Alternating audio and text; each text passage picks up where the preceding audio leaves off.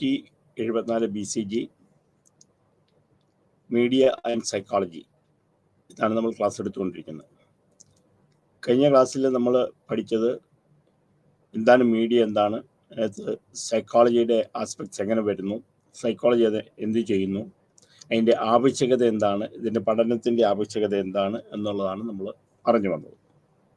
അപ്പം ഒന്നുകൂടെ നമുക്ക് കാര്യങ്ങളെക്കുറിച്ച് ഒന്ന് ആലോചിക്കാം. മീഡിയ എല്ലാ കാലഘട്ടങ്ങളിലും ആവശ്യമുണ്ടായിരുന്നൊരു സംഗതിയാണ്. പ്രാചീന കാലങ്ങൾ മുതൽ കാര്യങ്ങൾ മറ്റുള്ളവരെ ധരിപ്പിക്കാൻ വേണ്ടി, അറിയിക്കാൻ വേണ്ടി ഏതെങ്കിലും ഒരു മീഡിയ ഉപയോഗിച്ചിരുന്നു. ആ മീഡിയ എന്ന് പറയുന്നത് സ്വാഭാവികമായിട്ട് അന്ന് അറിയിച്ചിരുന്ന ആൾക്കാരിൽ നിന്ന് ആൾക്കാരിലൂടെയായിരുന്നു. കാരണം ഒരു രാജാവിന് എന്തെങ്കിലും പറയണമെങ്കിൽ രാജാവിൻ്റെ ഭടന്മാർ അല്ലെങ്കിൽ മന്ത്രിമാർ വന്നിട്ട് ജനങ്ങളിലേക്ക് വന്ന് കാര്യങ്ങൾ അറിയിക്കുന്ന ഒരു കാലഘട്ടം. ഇത് എല്ലായിടത്തും അങ്ങനെ തന്നെയായിരുന്നു. കാരണം ജനങ്ങളിൽ നിന്ന് ജനങ്ങളിലേക്ക്, ജനങ്ങളിലൂടെ കാര്യങ്ങൾ അറിയിച്ചുകൊണ്ടിരിക്കുകയായിരുന്നു. അപ്പം എന്തെങ്കിലും വ്യക്തിക്ക് ഒരു കാര്യങ്ങൾ അറിയിക്കാനുണ്ടെങ്കിൽ അത് അറിയിക്കാനായിട്ടുള്ള എന്തെങ്കിലും ഒരു മാധ്യമം എന്ന് പറയുന്ന ആൾക്കാർ തന്നെയായിരുന്നു. ഉദാഹരണത്തിന് എന്തെങ്കിലും വിളംബരങ്ങൾ എന്ന് വെച്ചാൽ രാജാവ് അറിയിക്കുന്ന കാര്യങ്ങൾ ചെയ്യുന്ന, രാജാവിൻ്റെ സന്ദേശങ്ങൾ അറിയിക്കുന്ന അത് പ്രജകളായിരുന്നു. പ്രജകൾ എന്താ ചെയ്യുന്നതെന്ന് വെച്ച് കഴിഞ്ഞാൽ എവിടെയെങ്കിലും കൂടി ഏതെങ്കിലും മെയിൻ സ്ഥലങ്ങളിൽ ചെന്നിട്ട്, പ്രധാനപ്പെട്ട സ്ഥലങ്ങളിൽ നിന്നിട്ട് അവിടെ നിന്ന് വിളിച്ചു പറയുക, രാജാവ് അറിയിക്കുന്നത് എന്തെന്നാൽ, അല്ലെങ്കിൽ രാജ വിളംബരം എന്തെന്നാൽ എന്ന് പറഞ്ഞായിരിക്കും. എന്തെങ്കിലും ഒരു മാറ്റം വന്നിരിക്കട്ടെ, സാമൂഹികമായ എന്തെങ്കിലും മാറ്റം വന്നാൽ ഇത് തന്നെയായിരുന്നു ചെയ്തുകൊണ്ടിരുന്നത്. അപ്പം വിളംബരത്തിലൂടെ നമ്മൾ അറിയിക്കുക. അപ്പം മീഡിയ എന്ന് പറയുന്നത് ഇവിടെ മനുഷ്യർ തന്നെയായിരുന്നു ഉണ്ടായിരുന്നത്. പിന്നെ എന്തെങ്കിലും കഥകൾ, കാര്യങ്ങൾ അറിയിക്കണമെന്നുണ്ടെങ്കിൽ അറിയിച്ചുകൊണ്ടിരുന്ന പാടി പറയുന്ന കുറേ ആൾക്കാർ, നമ്മൾ പറയും പാണന്മാരെന്ന് പറയും. വടക്കൻ കഥകൾ, വടക്കൻ വീര കഥകളിലൊക്കെ, യുദ്ധത്തിൻ്റെ കാലഘട്ടങ്ങളിലൊക്കെ ഇവരെക്കുറിച്ച് പാടിപ്പുകഴ്ത്തിക്കൊണ്ടിരുന്നത് പാണന്മാരായിരുന്നു.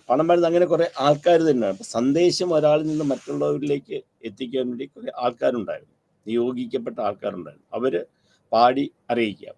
ഇതിനൊക്കെ ഒരു മീഡിയയുടെ കൂട്ടത്തിൽ ഇത് അറിയിക്കുന്നത്, വിളംബരമെന്ന് അറിയിക്കാൻ വേണ്ടി എന്തെങ്കിലും ഒരു സാധനം, ശബ്ദമുണ്ടാക്കും. അതായത് ചെണ്ട കൊട്ടി പറയുക, അല്ലെങ്കിൽ ഉടുക്കുകൊട്ടി പാടുക. അപ്പോൾ ഇതൊക്കെ എന്ന് വെച്ചാൽ ഒരു മീഡിയയാണ്, മറ്റുള്ളവരെ വിവരങ്ങൾ അറിയിക്കാൻ വേണ്ടി ഉപയോഗിച്ചിരുന്ന മാധ്യമം ആണ്. ഇതിലൂടെ നമ്മൾ കാര്യങ്ങൾ അറിയിച്ചുകൊണ്ടിരിക്കും. അപ്പം അങ്ങനെ ആൾക്കാർ ഇത് അറിയും. അപ്പോൾ ഇതിന് പല മാർഗങ്ങളുണ്ടായിരുന്നു. കാരണം എന്ന് വെച്ച് കഴിഞ്ഞാൽ ഇത് ഒരു മാർഗമായിരുന്നു. ഇങ്ങനെ പിന്നെ സന്ദേശങ്ങൾ കൈമാറാൻ നമ്മൾ പക്ഷികളെ ഉപയോഗിച്ചു, മൃഗങ്ങളെ ഉപയോഗിച്ചിരുന്ന കാലഘട്ടങ്ങൾ. കൂടുതലും പക്ഷികളെയായിരുന്നു ഉപയോഗിച്ചിരുന്നത്. പക്ഷികളെന്ന് പറഞ്ഞു കഴിഞ്ഞാൽ പ്രാവ്, അങ്ങനെയുള്ള ഇതിൻ്റെ കാലുകളിലെ സന്ദേശങ്ങൾ കെട്ടി മറ്റുള്ളവരെ അറിയിക്കാം. അപ്പം അതൊരു വ്യക്തിയിൽ നിന്ന് വ്യക്തികളിലേക്കാകാം, ഒരു രാജ്യത്ത് നിന്ന് മറ്റൊരു രാജ്യത്തിലേക്കാകാം, രാജാവിൽ നിന്ന് മറ്റൊരു രാജാവിലേക്കാകാം. കൂടുതലും ഇതൊക്കെ ഉപയോഗിച്ചിരുന്നത് കവിതാക്കൾ അവരുടെ കാര്യങ്ങൾ അറിയിക്കുവാൻ വേണ്ടിയായിരുന്നു.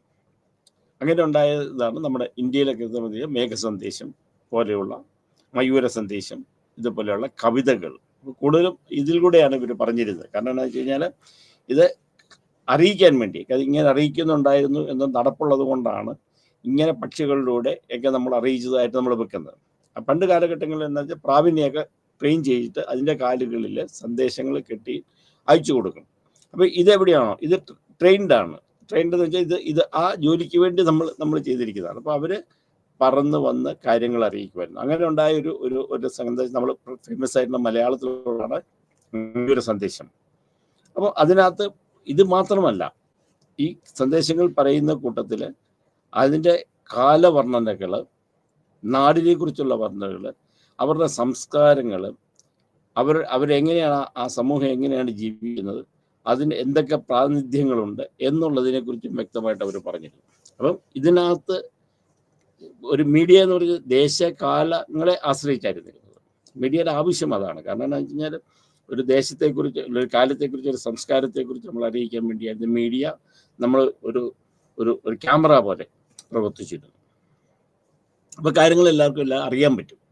അപ്പം ഈ മീഡിയ ആണ് പിന്നെ വളർന്ന് കുറച്ച് കഴിഞ്ഞപ്പോഴത്തേക്ക് പിന്നെ നമ്മൾ വന്നത് എന്നാ വെച്ചാൽ എഴുത്ത് വായനകളുടെ കാലങ്ങൾ വരുമ്പോഴത്തേക്ക് പ്രിൻ്റ് മീഡിയയിലേക്ക് നമ്മൾ കിടക്കുന്നു. ഇപ്പോൾ പ്രിന്റ് മീഡിയയിൽ കൂടുതലും പത്രങ്ങളായിരുന്നു ഉപയോഗിച്ചിരുന്നത്. അപ്പോൾ ഈ പത്രങ്ങളിലൂടെ നമ്മൾ സന്ദേശങ്ങളിലെ കാര്യങ്ങൾ നമ്മൾ അറിയിച്ചിരുന്നു. ഇപ്പോൾ വളരെ ലിമിറ്റേഷൻസ് ഉണ്ടായിരുന്നു. ഒന്ന്, ഇതിന് അന്ന് അച്ചടി മാധ്യമം എന്ന് പറയുന്നതിനകത്തുള്ള എന്താണെന്ന് വെച്ചാൽ അച്ചുകൾ നിരത്തി ഉണ്ടാക്കി ചെയ്യണം. പിന്നെ ഒരു കാര്യങ്ങൾ ഒരു സ്ഥലത്തേക്ക് അറിയിക്കാനായിട്ടുള്ള ബുദ്ധിമുട്ടുകളുണ്ടായിരുന്നു. പിന്നെ സന്ദേശങ്ങളുടെ പരിമിതി ഉണ്ടായിരുന്നു. കാരണം എന്താ വെച്ച് കഴിഞ്ഞാൽ പേജുകളുടെ എണ്ണം കൂട്ടിക്കൊണ്ട് നമുക്ക് ചെയ്യാൻ പറ്റില്ല. കാരണം ഇതിനൊക്കെ സാമ്പത്തികമായ ബാധ്യതകൾ ഉണ്ടായിരുന്നത് കൊണ്ട് അതിന് ഭയങ്കര ലിമിറ്റേഷൻസ് ആണ്. പിന്നെ എഴുത്തും വായനയും എല്ലാവർക്കും അറിവില്ലായിരുന്നു. അപ്പം എഴുത്തിലൂടെ നമുക്ക് കാര്യങ്ങൾ അറിയിക്കാൻ പറ്റാതെ പോകും. അപ്പോൾ ആൾക്കാർ എഴുത്തിലൂടെ അറിയാൻ പറ്റാതെ പല സ്ഥലങ്ങളിലും, അതും ഇത് തന്നെയാണ്, ഒരു മാധ്യമം എന്നുള്ളത് ഉപയോഗിച്ച സ്ഥലങ്ങളും സംസ്കാരവും കൂടെ ബന്ധപ്പെട്ടിരിക്കുകയാണ്. അപ്പം എല്ലാവർക്കും പത്രം ഇല്ലാത്തത് കൊണ്ടും വായിക്കാൻ അറിയില്ലാത്തത് കൊണ്ടും വായനശാലകളിലുള്ള സ്ഥലങ്ങളിൽ ആൾക്കാർ കൂടി അവിടുന്ന് വിളിച്ച് ആൾക്കാരെ പറഞ്ഞ് കേൾപ്പിക്കുന്നുണ്ടായിരുന്നു. അതല്ലെങ്കിൽ നമ്മൾ കാപ്പിക്കടകളിൽ, അന്ന് ചായക്കടകളിലാണ്, ഒരു ഗ്രാമത്തിലുള്ള ചായക്കടകളിൽ ആൾക്കാർ കൂടി ഇരുന്നിട്ട് അന്നത്തെ വിശേഷങ്ങൾ പത്രത്തിൽ വരുന്നത് വിളിച്ച് അറിയിക്കുമായിരുന്നു. അപ്പോൾ രാജ്യത്തും അല്ലെങ്കിൽ ലോകത്തും നടക്കുന്ന കാര്യങ്ങളെല്ലാം മറ്റുള്ളവരെ അറിയിക്കാൻ വേണ്ടിയുള്ള മാധ്യമമായിട്ട്, ഒരു മീഡിയ ആയിട്ട് പത്രം മാറും. അപ്പോൾ പത്രത്തിലുണ്ടായിരുന്ന എന്താണെന്ന് വെച്ചാൽ ഇന്നത്തെ പലപ്പോഴും ഇന്ന് നടക്കുന്ന കാര്യങ്ങൾ നാളെ ആയിരിക്കും, മറ്റേ 2-3 ദിവസങ്ങൾ കഴിഞ്ഞിട്ടായിരിക്കും ചിലപ്പോൾ അറിയുന്നത്. കാരണം അന്നന്ന് കാര്യങ്ങൾ അന്നൊന്നും അറിയാനായിട്ടുള്ള മാർഗങ്ങൾ ഉണ്ടായിരുന്നില്ല. രണ്ടാമത്തെ കാര്യം എന്ന് വെച്ചാൽ എല്ലാ കാര്യങ്ങളും എല്ലായിടത്തും അറിയണമെന്ന് നിർബന്ധമില്ല. കാരണം അത് പരസ്പരം അറിയിക്കാൻ, ഇപ്പോൾ ഒരിടത്ത് അറിഞ്ഞ് അത് പത്ര ഓഫീസിലെത്തി അത് അച്ചു നിരത്തി പ്രിന്റ് ചെയ്ത് നമ്മളെടുക്കണം. അപ്പം പല കാര്യങ്ങളും പല സ്ഥലത്തും നമുക്ക് കിട്ടുക എന്നുള്ളൊരു ബുദ്ധിമുട്ടുണ്ടായിരുന്നു. കിട്ടുന്ന എല്ലാ കാര്യങ്ങളും നമുക്ക് സമയത്ത് കിട്ടുക, പലതിൻ്റെയും സമയം കഴിഞ്ഞിട്ട്, പ്രാധാന്യം കഴിഞ്ഞിട്ടായിരിക്കും ചിലപ്പോൾ ഇത് കിട്ടുക. അപ്പോൾ അങ്ങനെ ഒരു പ്രശ്നം അതിനകത്തുണ്ടായിരുന്നു. അപ്പോൾ പത്രമായിരുന്നു, പക്ഷെ പത്രമായിരുന്നു കൂടുതലും പ്രചാരത്തിലുണ്ടായിരുന്ന ഒരു മീഡിയ. അന്ന് പത്രത്തിന് ഉണ്ടായിരുന്ന ഒരു പ്രശ്നം, ഇവർ അഡിക്ഷൻ ഉണ്ടായിരുന്നു. കാരണം സ്ഥിരമായി പത്രം വായിക്കുന്ന ആൾക്കാർ, എനിക്ക് പത്രം വായിച്ചില്ലെങ്കിൽ എന്തെങ്കിലും ബുദ്ധിമുട്ട് വരുമെന്നുള്ളത്. അപ്പം പത്രത്തിലേക്കും ജനത്തിനൊരു അഡിക്ഷൻ എന്ന് പറഞ്ഞുണ്ടായി. ഇത് പത്രത്തോടുള്ള അഡിക്ഷനാണോ കാര്യങ്ങൾ അറിയാനുള്ള അഡിക്ഷനായിരുന്നോ എന്നുള്ളതിനെക്കുറിച്ച് വ്യത്യസ്തമായ ചോദ്യമാണ്. അപ്പം പല കാര്യങ്ങളിലും ഈ പ്രിന്റ് മീഡിയ, നമ്മൾ പത്രം എന്ന് പറഞ്ഞാൽ പ്രിന്റ് മീഡിയ ആണ് നമുക്ക് പിന്നത്തെ കാലഘട്ടത്തിൽ പ്രചാരം നേടിയിരുന്ന ഒരു മാധ്യമം. അപ്പോൾ പ്രിന്റ് മീഡിയയിലൂടെ കാര്യങ്ങൾ ജനങ്ങൾ അറിഞ്ഞിരുന്നു. അപ്പോൾ അല്പം കൂടെ കഴിഞ്ഞ് കഴിഞ്ഞപ്പോഴാണ് ഒരു വ്യത്യാസമുണ്ടായത്. റേഡിയോ വന്നത് കുറച്ചുകൂടെ ജനകീയമായി. ആൾക്കാർ കൂടുതൽ ഇത് കാണാൻ തുടങ്ങി, കേൾക്കാൻ തുടങ്ങി, കുറച്ച് കൂടുതൽ വിവരങ്ങൾ കിട്ടാൻ തുടങ്ങി. അപ്പോൾ അതിൻ്റെ ഒരു ഗുണം എന്തായിരുന്നു വെച്ചാൽ പെട്ടെന്ന് അപ്പോഴപ്പോൾ തന്നെ കാര്യങ്ങൾ അറിയിക്കാനുള്ള, ഇന്ന് നടക്കുന്ന കാര്യങ്ങൾ നിമിഷങ്ങൾക്കുള്ളിൽ അറിയിക്കാനുള്ളൊരു മാധ്യമമായിട്ട് റേഡിയോ മാറി. റേഡിയോയ്ക്ക് നല്ല പ്രചാരം കിട്ടി. 2-3 കാരണങ്ങൾ കൊണ്ടാണ് റേഡിയോയ്ക്ക് പ്രചാരം കിട്ടിയത്. ഒന്ന്, വാർത്തകളെക്കാട്ടിലും കൂടുതൽ അതിനകത്തുണ്ടാകുന്ന എൻ്റർടൈൻമെൻറ്റ്സ്, നാടകങ്ങൾ, സംഗീതം, കൂടുതലും സംഗീതമായിരുന്നു ഉണ്ടായിരുന്നു. അപ്പം സംഗീതം കേൾക്കാൻ വേണ്ടി വെക്കുമ്പോൾ അതിൻ്റെ കൂട്ടത്തിൽ വിവരങ്ങൾ അറിയിക്കാൻ വേണ്ടി ഒരു മാധ്യമമായിട്ട് റേഡിയോയ്ക്ക് നല്ല പ്രചാരം നമുക്ക് കിട്ടി. ഒന്ന്, വാർത്തകൾ അപ്പോൾ കിട്ടുന്നുണ്ട്, കൊണ്ടു നടക്കാനായിട്ടുള്ള സൗകര്യങ്ങൾ അതിനുണ്ട്, ഏത് സ്ഥലത്ത് വേണം നമുക്കത് വെക്കാനുള്ളതുണ്ട്. പിന്നെ സാമ്പത്തികമായിട്ട് അന്ന് നോക്കുമ്പം സാധനത്തെ റേഡിയോയ്ക്ക് വില കൂടുതലാണെങ്കിൽ പോലും അതിൻ്റെ ബാക്കിയുള്ള കാര്യങ്ങൾ നോക്കുമ്പോൾ അത് അത്ര പ്രശ്നമില്ലായിരുന്നത് കൊണ്ട് റേഡിയോ മാറ്റി വരും. അപ്പം എല്ലാവർക്കും കേൾക്കാൻ പറ്റും, എല്ലാ സ്ഥലങ്ങളിലും കേൾക്കാൻ പറ്റും. അന്ന് ആദ്യമൊക്കെ ട്രാൻസിസ്റ്റേഴ്സ് ആയിരുന്നു ഉണ്ടായിരുന്നു, ചെറിയ പെട്ടിയായിട്ടുള്ള ഭാഗങ്ങൾ. അപ്പം അത് കൂടുതൽ ജനങ്ങളിലേക്ക് അറിയിച്ചു തുടങ്ങി. അപ്പോൾ ജനത്തിന് ഇവിടെയും ഒരു ചെറിയ അഡിക്ഷൻ പോലെ തോന്നി. എന്താണെന്ന് വെച്ച് കഴിഞ്ഞാൽ റേഡിയോ വെക്കുക, സ്ഥിരമായി പാട്ടുകൾ കേൾക്കുക, പിന്നെ അതിനകത്ത് എൻ്റർടൈൻമെൻറ്റ്, അതാണ് അതിനകത്ത് കൂടുതൽ കാര്യങ്ങൾ, എൻ്റർടൈൻമെൻറ്റ്സ് ഉണ്ടാകുക, നാടകങ്ങൾ ഉണ്ടാകുക, അങ്ങനെ കുറേ കാര്യങ്ങൾ റേഡിയോയ്ക്ക് ആൾക്കാരുണ്ട്. അപ്പം ഈ റേഡിയോ ഉണ്ടാകുന്ന അതേ സമയത്ത് തന്നെ ഉണ്ടാകുന്നതാണ് വാർത്തകൾ അറിയിക്കാൻ വേണ്ടിയുള്ള മാർഗങ്ങളായിട്ട് നമുക്ക് മോഴ്സ് കോഡുകൾ ഉപയോഗിക്കാം. മോഴ്സ് കോഡുകൾ ടെലിഗ്രാം പോലെയുള്ള കാര്യങ്ങൾ. അപ്പോൾ അതിനിടയ്ക്ക് ഉണ്ടായിരുന്ന ഗവൺമെൻറ് സ്ഥലത്ത് തന്നെ പോസ്റ്റ് ഓഫീസ്, ആദ്യമൊക്കെ എന്ന് പറഞ്ഞാൽ 5 ഓട്ടക്കാരെന്ന് പറഞ്ഞിട്ടായിരുന്നു. വാർത്തകൾ കൊണ്ടു കൊടുക്കാൻ വേണ്ടി അല്ലെങ്കിൽ എഴുത്തുകൾ കൊണ്ടു കൊടുക്കാൻ വേണ്ടി നമ്മൾ കേരളത്തിനെ സംബന്ധിച്ച് അഞ്ചലോട്ടക്കാരും അതെന്നാ വെച്ചാൽ രാവിലെ ഈ സാധനം എടുത്ത് ഓടി മറ്റൊരു സ്ഥലത്ത് കൊണ്ട് കൊടുക്കുക. അപ്പം അത് പോസ്റ്റൽ ചെയ്തിരുന്നു. അതിനകത്ത് തന്നെ മോസ്കോഡിൻ്റെ ഡെവലപ്മെൻറ്റ് കൊണ്ട് ടെലിഗ്രാം പോലുള്ള കാര്യങ്ങളുണ്ടായി. കാര്യങ്ങൾ കുറച്ചും കൂടെ പെട്ടെന്ന് ആൾക്കാരെ അറിയിക്കാൻ മീഡിയ എന്ന് പറയുന്നുണ്ട്. മോസ്കോഡ് ഉണ്ടായി. അത് കഴിഞ്ഞ് ചെറിയ ചെറിയ ഹാം റേഡിയോ എന്ന് വെച്ചാൽ ചെറിയ ചെറിയ കാര്യങ്ങൾ അങ്ങോട്ടും ഇങ്ങോട്ടും ഗ്രൂപ്പുകൾ ആൾക്കാരുടെ, അതായത് എന്തെങ്കിലും ഒരു സംഗതി നടന്നു കഴിഞ്ഞ് കഴിഞ്ഞാൽ ഹാംസ് എന്ന് പറയുന്ന റേഡിയോ ഗ്രൂപ്പുകളുണ്ടായി. അപ്പം എവിടെ നിൽക്കുന്ന അതിനകത്തൊരു ഗുണം കിട്ടിയെന്ന് വെച്ചാൽ റേഡിയോക്കാട്ടിലും കുറച്ചുകൂടെ കൂടുതൽ അതിനകത്ത് കിട്ടാനുള്ളതിന് വ്യക്തിപരമായിട്ടായിരുന്നു, അത് പേഴ്സണലൈസ്ഡ് ആയിരുന്നെങ്കിൽ പോലും കാര്യങ്ങൾ സന്ദേശങ്ങൾ കൈമാറാൻ വേണ്ടി അതിന് കുറേ ഗുണങ്ങളുണ്ടായിരുന്നു. ആ ഗ്രൂപ്പിന് പെട്ടെന്ന് ലോകം മുഴുവൻ കണക്ടിവിറ്റി ഉണ്ടാകുകയും ലോകം മുഴുവൻ ബന്ധങ്ങളുണ്ടാകുകയും ലോകത്തിലുള്ള കാര്യങ്ങൾ ആൾക്കാരെ അറിയിക്കാനുള്ളതുണ്ടായി. അത് പലപ്പോഴും ഉപയോഗിക്കാനുള്ള ബുദ്ധിമുട്ടുകൾ കൊണ്ടും ഒരു പ്രൈവറ്റ് ആൾക്കാർ ഒരു വളരെ ചുരുങ്ങിയ ആൾക്കാരുടെ അതിന് പ്രചാരം കുറവായി കിട്ടിയുള്ളൂ. കാരണം അതിനകത്ത് ടെക്നിക്ക് പഠിക്കാനുണ്ടായിരുന്നു, അത് ഉപയോഗിക്കുന്ന കാര്യങ്ങൾ പഠിക്കാൻ, അതിൻ്റെ എക്സ്പെൻസ് ആയിരുന്നു, അത് എസ്റ്റാബ്ലിഷ് ചെയ്യാനുള്ള കാര്യങ്ങളൊക്കെ ഉണ്ട്. അപ്പോൾ അത് അത്ര പ്രചാരം നേടിയില്ലെങ്കിൽ പോലും മോർസ് കോഡ് ലോകം മുഴുവൻ അറിയപ്പെട്ടിരുന്നു, ചെയ്തിരുന്നു ഈ ആംസ് റേഡിയോ. അപ്പോൾ അത് കഴിഞ്ഞ് മോർസ് കോഡ് വന്നു. അത് കഴിഞ്ഞ് കുറച്ചും കൂടെ ഒരു ചേഞ്ച് ഉണ്ടായത് നമ്മളെ ടി വി വന്നതിന് പിന്നെ ടി വിയാണ് ഒരു ചേഞ്ച് ഉണ്ടാക്കി. പ്രത്യേകിച്ച് ടി വി ഇവിടെ നമ്മൾ പറഞ്ഞ ടി വിക്ക് അഡിക്ഷൻ ഉണ്ടാകുന്നത് ഭയങ്കരമായിട്ട് പഠിച്ച് ടി വിക്ക് അഡിക്ഷൻ ഉണ്ടാകുക.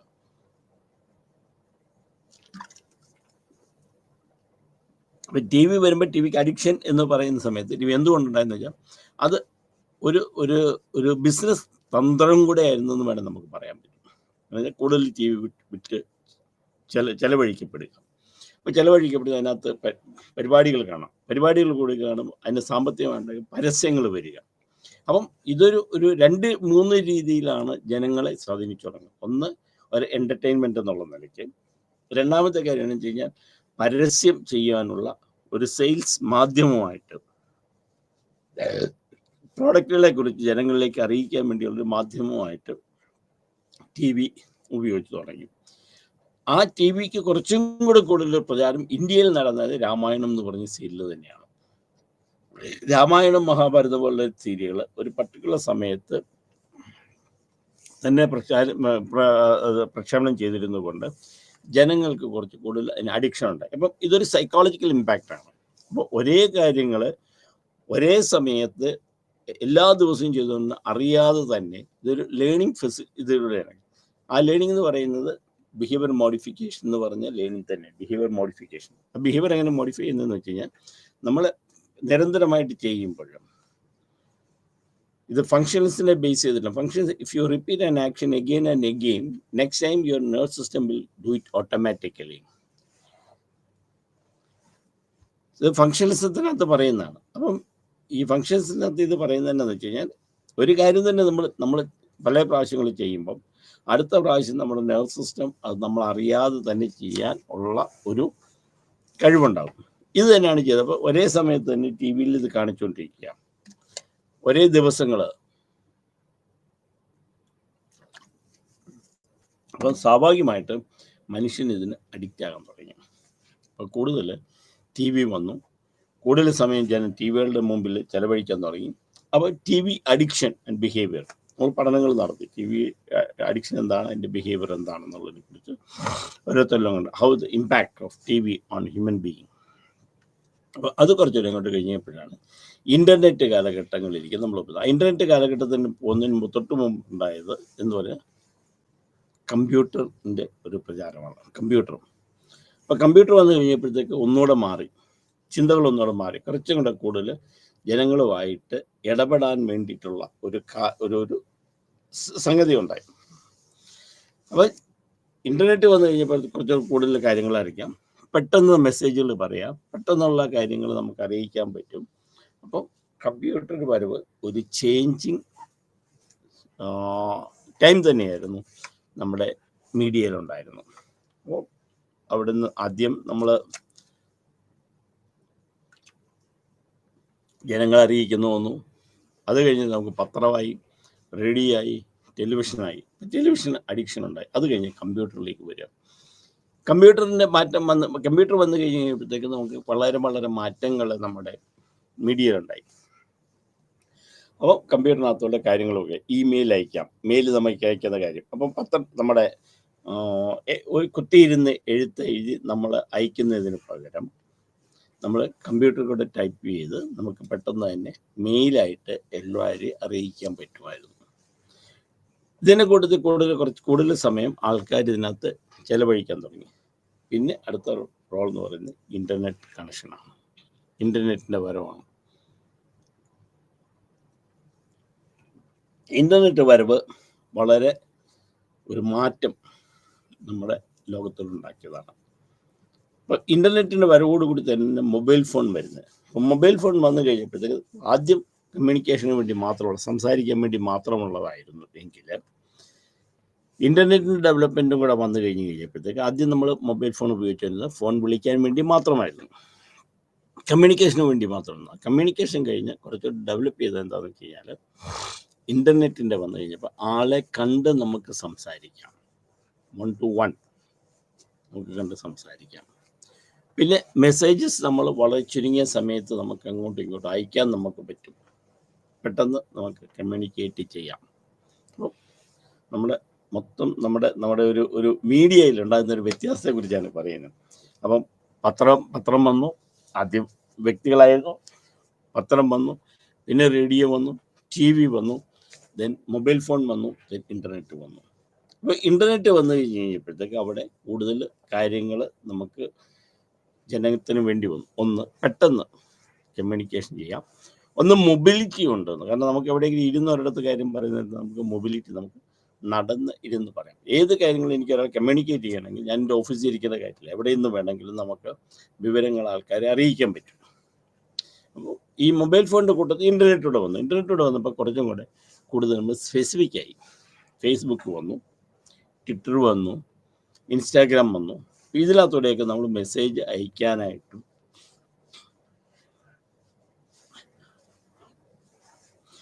മെസ്സേജ് അയക്കാൻ വേണ്ടിയിട്ടും ആൾക്കാരെ കൂടുതൽ കാണാനായിട്ടും എടുക്കാനായിട്ടും 1 to 1 കോണ്ടാക്ട് ഉണ്ടാകാനുള്ളൊരു സമയം വന്നു. ഇതേ സമയത്ത് തന്നെ നമ്മളിത് ഡെവലപ്പ് ചെയ്തുകൊണ്ടിരിക്കുന്ന സമയത്ത്, മൊബൈൽ ഫോണൊക്കെ ഡെവലപ്പ് ചെയ്തുകൊണ്ടിരിക്കുന്ന സമയത്ത് തന്നെ പെട്ടെന്ന് ഉണ്ടായിരുന്ന കോവിഡിന് മുമ്പ് കാലാവസ്ഥ പ്രശ്നമായിട്ട് നമുക്ക് വെള്ളപ്പൊക്കം ഉണ്ടായി. അപ്പോൾ വെള്ളപ്പൊക്കം ഉണ്ടായത് ഒരു പർട്ടിക്കുലർ ഏരിയയിൽ അല്ലെങ്കിൽ കേരളത്തെ മാത്രം ബാധിച്ചൊരു സംഗതിയാണ്, അല്ലെങ്കിൽ മഴ പെയ്ത അതേ കാലഘട്ടങ്ങളിൽ മാത്രം ഉണ്ടായ സംഗതിയാണ്. എവിടെ മഴ പെയ്തോ അവിടെ ആ പ്രശ്നങ്ങളുണ്ടായി. അത് വെള്ളപ്പൊക്കമാണ്. പക്ഷെ അത് കഴിഞ്ഞ് ഏറ്റവും കൂടുതലും ജനത്തെ സ്വാധീനിച്ചതും ജനത്തിന് പ്രശ്നമുണ്ടാക്കിയതും ജനങ്ങൾക്ക് മാറ്റം വന്നതുമാണ് കോവിഡ് എന്ന് പറയുന്ന സംഗതി. ഇപ്പോൾ കോവിഡ് വന്നു കഴിഞ്ഞാൽ ജനങ്ങളുമായിട്ടുള്ള കോണ്ടാക്ട്സ്, 1 to 1 കോണ്ടാക്ട് നമ്മുടെ കുറഞ്ഞു പോയി. പാടില്ല, സോറി.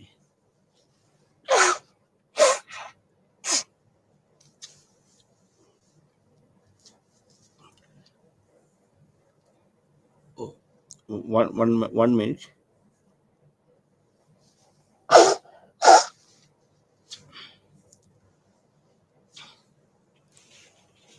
അപ്പോൾ കോവിഡ് വന്നു കഴിഞ്ഞപ്പോഴത്തേക്ക് ആൾക്കാർ 1 to 1 കോണ്ടാക്ട് പോയി.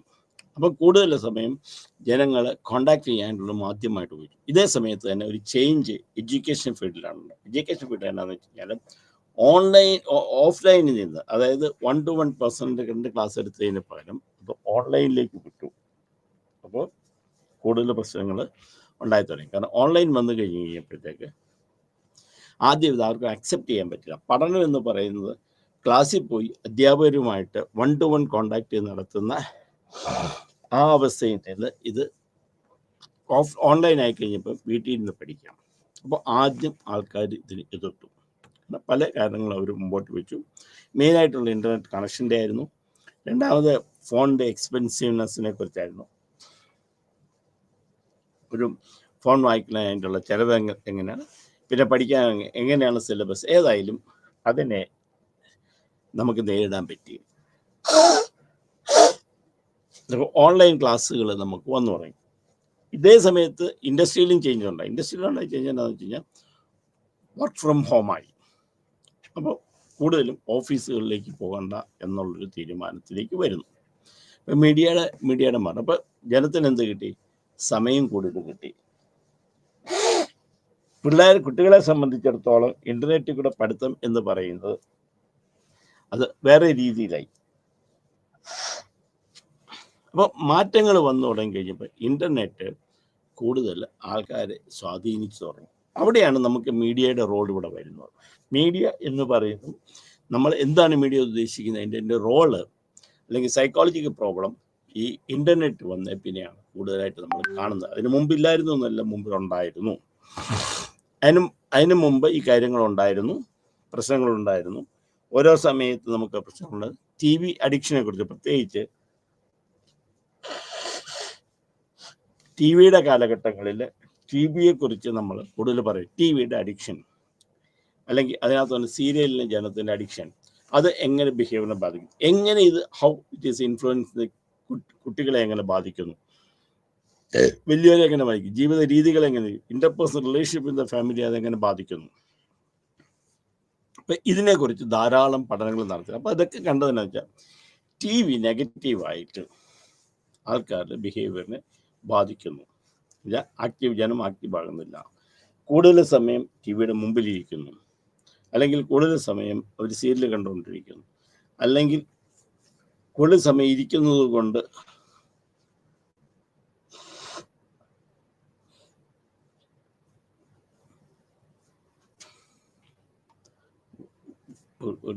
ഒരു മിനിറ്റ്, എന്തോ ഒരു അലർജി വന്നു.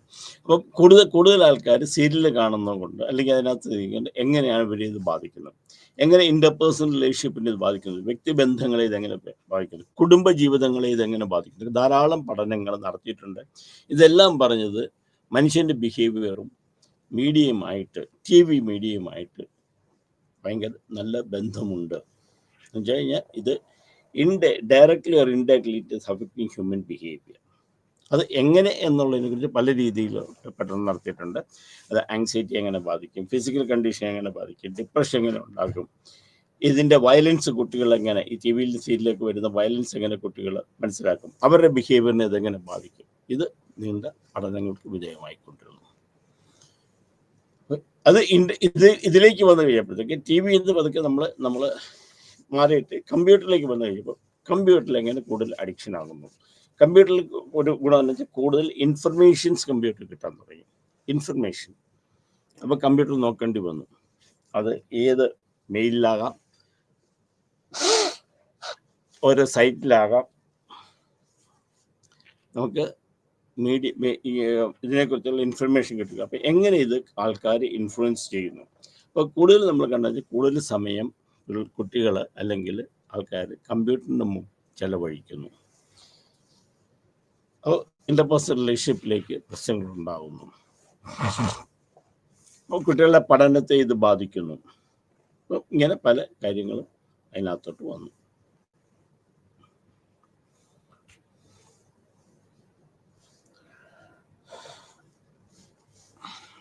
പിന്നെ പറഞ്ഞ പോലെ ഇൻ്റർനെറ്റ് വന്നു കഴിഞ്ഞപ്പോഴത്തേക്ക് പഠനത്തിൻ്റെ രീതി മാറി. വീട്ടിലിരുന്ന് പഠിക്കുന്നതായി, ഏത് രീതിയിലും പഠിക്കാൻ. ഇതെന്നു വെച്ചാൽ കയറണോ വേണ്ടയോ എന്നുള്ളത് കുട്ടികൾ തീരുമാനിക്കുന്നതാണ്. പക്ഷേ ഇതിനകത്ത് മാനിപ്പുലേറ്റ് ചെയ്യാൻ വേണ്ടി കുട്ടികൾ പഠിച്ചു. മാനിപ്പുലേറ്റ് ചെയ്യാന്ന് വെച്ച് കഴിഞ്ഞാൽ കയറാതെ അവർക്ക് ഇഷ്ടമുള്ളത് കാണാൻ പറ്റും. കുറേ കാര്യങ്ങൾ അവർക്ക് മറ്റുള്ളത് നിരോധിക്കപ്പെട്ട ഇത് നമ്മൾ കാണാൻ തുടങ്ങി. അപ്പം ഇവിടെയൊക്കെ ഇവരുടെ മാനസികമായ പ്രശ്നങ്ങളെ ഇത് ബാധിച്ചു തുടങ്ങി. ഇന്റർപേഴ്സണൽ റിലേഷൻഷിപ്പിനെ ബാധിക്കുന്നു. നല്ല മിടുക്കന്മാരായ കുട്ടികൾ പഠിക്കാതെ വരുന്നു. കുട്ടികൾ എൻട്രൻസ് എഴുതി ജയിക്കാൻ പറ്റാതെ വരുന്നു. എൻട്രൻസ് എഴുതാൻ പറ്റാതെ വരുന്നു.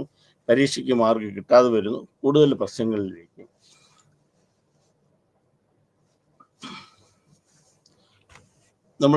നമ്മൾ പോയിക്കൊണ്ടിരിക്കുകയാണ്. അപ്പം ഈ ഒരു കാലഘട്ടത്തിലാണ് എന്താണ് നമ്മൾ സൈക്കോളജിയുടെ റോള് ഇൻ മീഡിയ എന്നുള്ളത് നമ്മൾ പഠിക്കുക. അപ്പോൾ സൈക്കോളജി എന്താണ്, സൈക്കോളജിയുടെ റോൾ ഇതിനകത്ത് എന്താണ് എന്നുള്ളത് നമ്മളെപ്പോഴാണ്. അപ്പോൾ ഇതിനകത്ത് പല ഗ്രൂപ്പുകളുമുണ്ട്.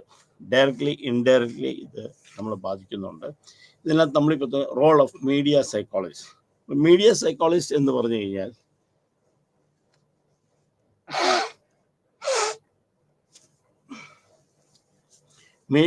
The role of media in psychology. Media psychologist എന്ന് പറഞ്ഞാൽ ആരാണോ ഈ പ്രശ്നങ്ങൾ കൈകാര്യം ചെയ്യുന്നത്, അതായത് എന്താണ് ഈ കമ്പ്യൂട്ടർ അല്ലെങ്കിൽ ഈ ഇൻ്റർനെറ്റ് കൊണ്ട് അല്ലെങ്കിൽ മീഡിയ കൊണ്ട് എന്നിങ്ങനെയാണ് ഇൻഫ്ലുവൻസ് ചെയ്യുന്നത്. അപ്പോൾ ഓരോന്നിനെ കുറിച്ച് പഠിക്കാനായിട്ടുള്ള ഇത് അവിടെ സൈക്കോളജിസ്റ്റിനെ മീഡിയ സൈക്കോളജിസ്റ്റിനെ ആവശ്യം വന്നു.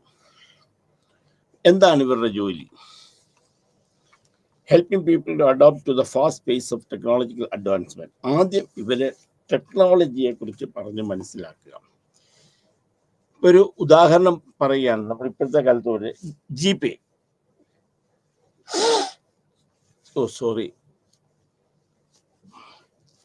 Example GPay. ഇപ്പം ജിപേ എന്ന് പറയുമ്പോൾ ജിപേ വരുമ്പോഴത്തേക്ക് നമുക്ക് ഇത് ഇല്ലാത്ത ആൾക്കാരെ കുറിച്ച് നമുക്കൊന്ന് ആലോചിച്ച് നോക്കിയേ. ജിപേ ഇല്ല, കാരണം ടെക്നോളജിയുടെ ഇതാണ്, മീഡിയയിലാണ്. ഇപ്പം നമ്മൾ പറയാം എനിക്കൊരു പൈസ അയക്കും, അത് നമ്മൾ ജിപേയിലേക്ക് നമ്പർ അയച്ചു കൊടുത്തു. അപ്പം ഈ ടെക്നോളജിക്കൽ അഡ്വാൻസ്മെൻറ്റ് എന്താണ് എന്നുള്ളത് മനസ്സിലാക്കി കൊടുക്കുക. അതാണ് മീഡിയ സൈക്കോളജിസ്റ്റിൻ്റെ ആദ്യത്തെ ജോലി. അതായത് എന്താണ് മീഡിയ, എന്താണത്, എങ്ങനെ ചെയ്യുക, ഇതെങ്ങനെ മനസ്സിലാക്കണം, എന്താണ് ഈ ടെക്നോളജി എന്ന് മനസ്സിലാക്കുക. That's the first role of media psychologist. Second, accountability authors and journalist to professional standards. അപ്പോൾ ഇവരുടെ സ്റ്റാൻഡേർഡ്സ് ഇംഗ്ലീഷിൽ അക്കൗണ്ടബിലിറ്റി, നമ്മൾ ചെയ്യുന്ന കാര്യങ്ങൾക്കകത്ത് എഴുതുന്ന കാര്യങ്ങൾക്കകത്ത് അക്കൗണ്ടബിലിറ്റി ഉണ്ടാകുക എന്ന് വെച്ചാൽ എല്ലാവർക്കും പബ്ലിക്കായിട്ട് നമുക്ക് കാണാം. ഇപ്പം ഞാൻ ഇവിടെ ഇരിക്കുന്നത് എല്ലാവർക്കും കാണാം. ഒരു കമ്പ്യൂട്ടറിന് മുമ്പിൽ ഇരുന്ന് ഞാൻ ക്ലാസ് എടുക്കുന്ന എല്ലാവർക്കും കേൾക്കാം, ലോകം മുഴുവൻ നമുക്ക് കേൾക്കാം. അപ്പോൾ എനിക്കത് എൻ്റേതായ ചില ഉത്തരവാദിത്തങ്ങൾ, എൻ്റെ കാര്യങ്ങൾ അതിനകത്ത് ഉണ്ടാവും.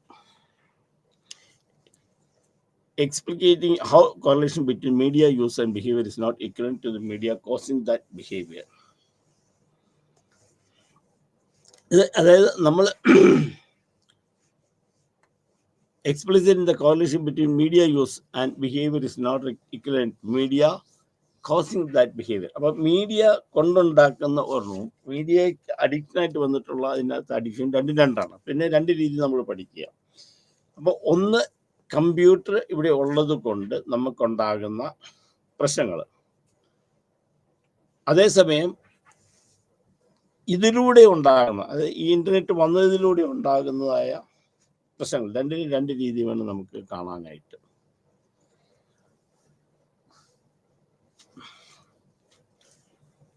അപ്പം ഇത് അവരെ പറഞ്ഞ് മനസ്സിലാക്കുക. അപ്പം how correlation between media use and behavior is not equivalent to the media causing that behavior. അപ്പം അങ്ങനെ ഒരു ജോലി ഉണ്ടാക്കുന്ന, അതായത് ഒരു ഫംഗ്ഷന് വരുന്ന സമയത്ത്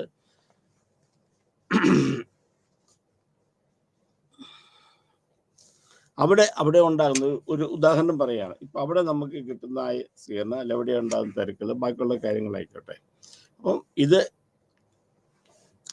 ഇതുപോലെ തന്നെ എങ്ങനെ നമ്മുടെ ജീവിതത്തിൽ പ്രശ്നങ്ങൾ ഉണ്ടാകുന്നു എന്ന് നമ്മൾ പറയും. Explicating how correlation between media use and behaviour is not equivalent to the media causing that behaviour.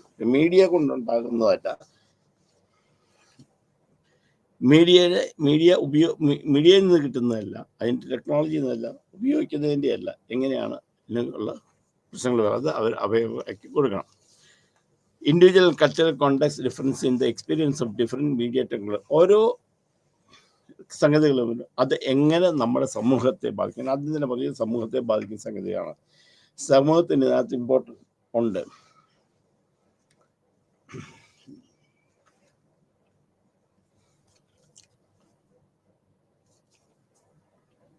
അപ്പോൾ അത് എങ്ങനെ ഇൻഡിവിജ്വലിനെ ബാധിക്കുന്നു, അതെങ്ങനെ ചെയ്യുന്നു, അതെന്തൊക്കെയാണ് ചെയ്യേണ്ടതെന്നുള്ളത് മനസ്സിലാക്കി കൊടുക്കുക.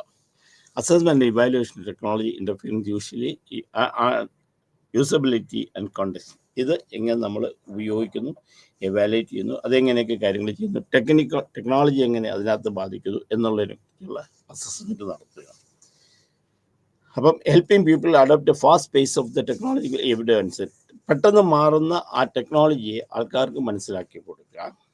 Accountability authors and journalist professional standards. അപ്പം എന്ത് ചെയ്യുമ്പോഴും പബ്ലിക് ആയതുകൊണ്ട് എല്ലാവർക്കും അറിയാവുന്നത് കൊണ്ട് നമ്മൾ അതിൻ്റെ സ്റ്റാൻഡേർഡ് കീപ്പ് ചെയ്യേണ്ട ഒരു സംഗതി ഉണ്ടായി. അത് നമ്മൾ പറഞ്ഞ് മനസ്സിലാക്കി കൊടുക്കുക. ഇപ്പം നമ്മൾ എന്തെങ്കിലും ഫേസ്ബുക്കിനകത്ത് എഴുതുന്നു, അപ്പോൾ അവർ പറയും ഫേസ്ബുക്കിനകത്ത് അത് എഴുതാൻ പാടില്ല, അല്ലെങ്കിൽ ഇങ്ങനെയുള്ള എഴുതാൻ പാടില്ല, അല്ലെങ്കിൽ രാഷ്ട്രീയം എഴുതാൻ പാടില്ല.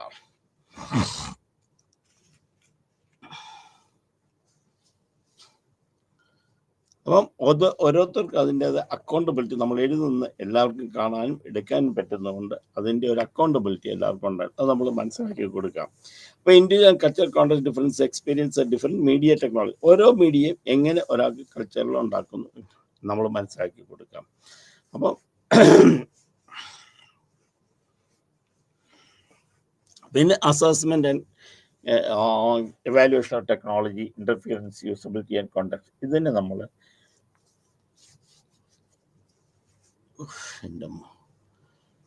ഒരു സെക്കൻഡ് തരണേ.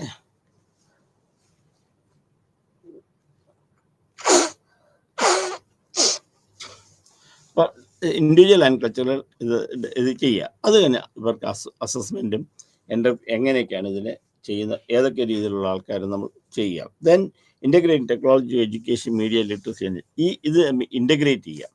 അതായത് ഈ ടെക്നോളജി എഡ്യൂക്കേഷൻ ഫീൽഡിലും മീഡിയയിലും ഒക്കെ നമ്മൾ ഇതിനെ കൊളാബറേറ്റ് ചെയ്യുക, ഇതിനെ വളർത്തി എടുക്കുക. ഇതാണ് റോൾ ഓഫ് മീഡിയ സൈക്കോളജിൻ്റെ ആദ്യത്തെ ജോലി. Helping people adopt first phase of technological advancement. ടെക്നോളജിയെക്കുറിച്ച് പഠിപ്പിച്ചു കൊടുക്കുക, അവർ എന്തൊക്കെ ചെയ്യുന്നു എന്നുള്ള കാര്യങ്ങൾ മനസ്സിലാക്കുക, അത് എന്തൊക്കെ ചെയ്യുന്നത്, ഏതൊക്കെയാണ് കോറിലേഷൻസിൻ്റെ, എന്തൊക്കെയാണ് ചെയ്യുന്നത്, ചെയ്തിട്ട് എങ്ങനെ how it is affecting the media literacy എന്ന് നമ്മൾ മനസ്സിലാക്കി കൊടുക്കുക. റോൾ ഓഫ് മീഡിയയാണ്. Then disseminating expertise to media through writing and appearance in the media show.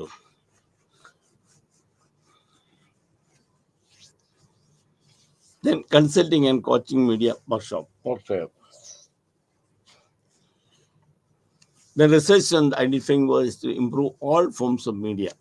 ഇതൊക്കെ നമ്മുടെ ഒരാളുടെ ഒരു സൈക്കോളജിസ്റ്റിൻ്റെ മീഡിയ സൈക്കോളജിസ്റ്റിൻ്റെ ജോലികളാണ്. അപ്പം എന്തൊക്കെ കാര്യങ്ങളുണ്ട്, ഏതൊക്കെ രീതികളിൽ പോകണം, അത് എന്തൊക്കെയാണ് ചെയ്യേണ്ടതെന്ന് മനസ്സിലാക്കുക, അവർക്ക് കോച്ചിങ് കൊടുക്കുക. Research identifying ways to improve all forms of media. അപ്പം എല്ലാവരും എങ്ങനെ നമുക്ക് നന്നാക്കിയെടുക്കുക, ഏതൊക്കെയാണെന്നുള്ളതിനെ കുറിച്ചുള്ള ഒരു പഠനം. Then applying the new media technology to the practice of clinical psychology, education and training. ഇത് നമുക്ക് എങ്ങനെ മറ്റുള്ളവരെ പഠിപ്പിച്ചു കൊടുക്കാം, ഇതിന് എന്തൊക്കെ കാര്യങ്ങൾ നമുക്ക് ചെയ്യാൻ പറ്റും. അപ്പോൾ applying new media technology to the practice of clinical psychology, education and training. ഇത് നമ്മൾ എന്തെങ്കിലും പ്രശ്നമുള്ള ആൾക്കാരെയൊക്കെ നമുക്ക് എങ്ങനെ ചെയ്യാം, ഏതൊക്കെ കാര്യങ്ങളാണ് നമ്മൾ ചെയ്യേണ്ടത്, അവർ ഏതൊക്കെ കാര്യങ്ങളാണ് നോക്കേണ്ടത് എന്നുള്ളതിനെ കുറിച്ചുള്ള ഒരു പഠനം നടത്തുക. ദെൻ അടുത്ത developing media standard for ethical contact. ഇതിൻ്റെ മീഡിയയ്ക്ക് ഒരു സ്റ്റാൻഡേർഡ് നമ്മൾ നോക്കുക. കാരണം പലപ്പോഴും ഇത് ഈ റോൾ മീഡിയയുടെ സൈക്കോളജിയെ സംബന്ധിച്ചിടത്തോളം അത് പറഞ്ഞ് മനസ്സിലാക്കി കൊടുക്കുക എന്നുള്ളതാണ് ഇമ്പോർട്ടൻ്റ് ആയിട്ടുള്ള സംഗതി. എന്നാൽ developing standard for ethical contact, എന്തൊക്കെയാണ് എത്തിക്കൽ കോണ്ടാക്ട്, എന്തൊക്കെയാണ് ചെയ്യേണ്ടത്, ഏത് രീതിയിൽ എങ്ങനെ ചെയ്യണം. And commercial field to advertising entertainment. അപ്പോൾ അവരെ നമ്മൾ പറഞ്ഞ് മനസ്സിലാക്കി കൊടുക്കുക.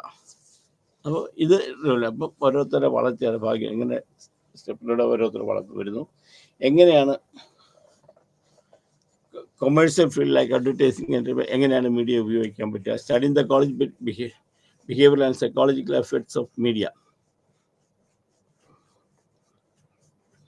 Social behaviour and psychological effects of media. അപ്പോൾ സ്റ്റഡിങ് ഇപ്പോൾ സോഷ്യോളജി സമൂഹത്തിൻ്റെയൊക്കെ മാറ്റങ്ങൾ എന്തൊക്കെയാണ്, എങ്ങനെയൊക്കെയാണെന്നുള്ളതിനെ കുറിച്ച് നമ്മൾ മനസ്സിലാക്കുക.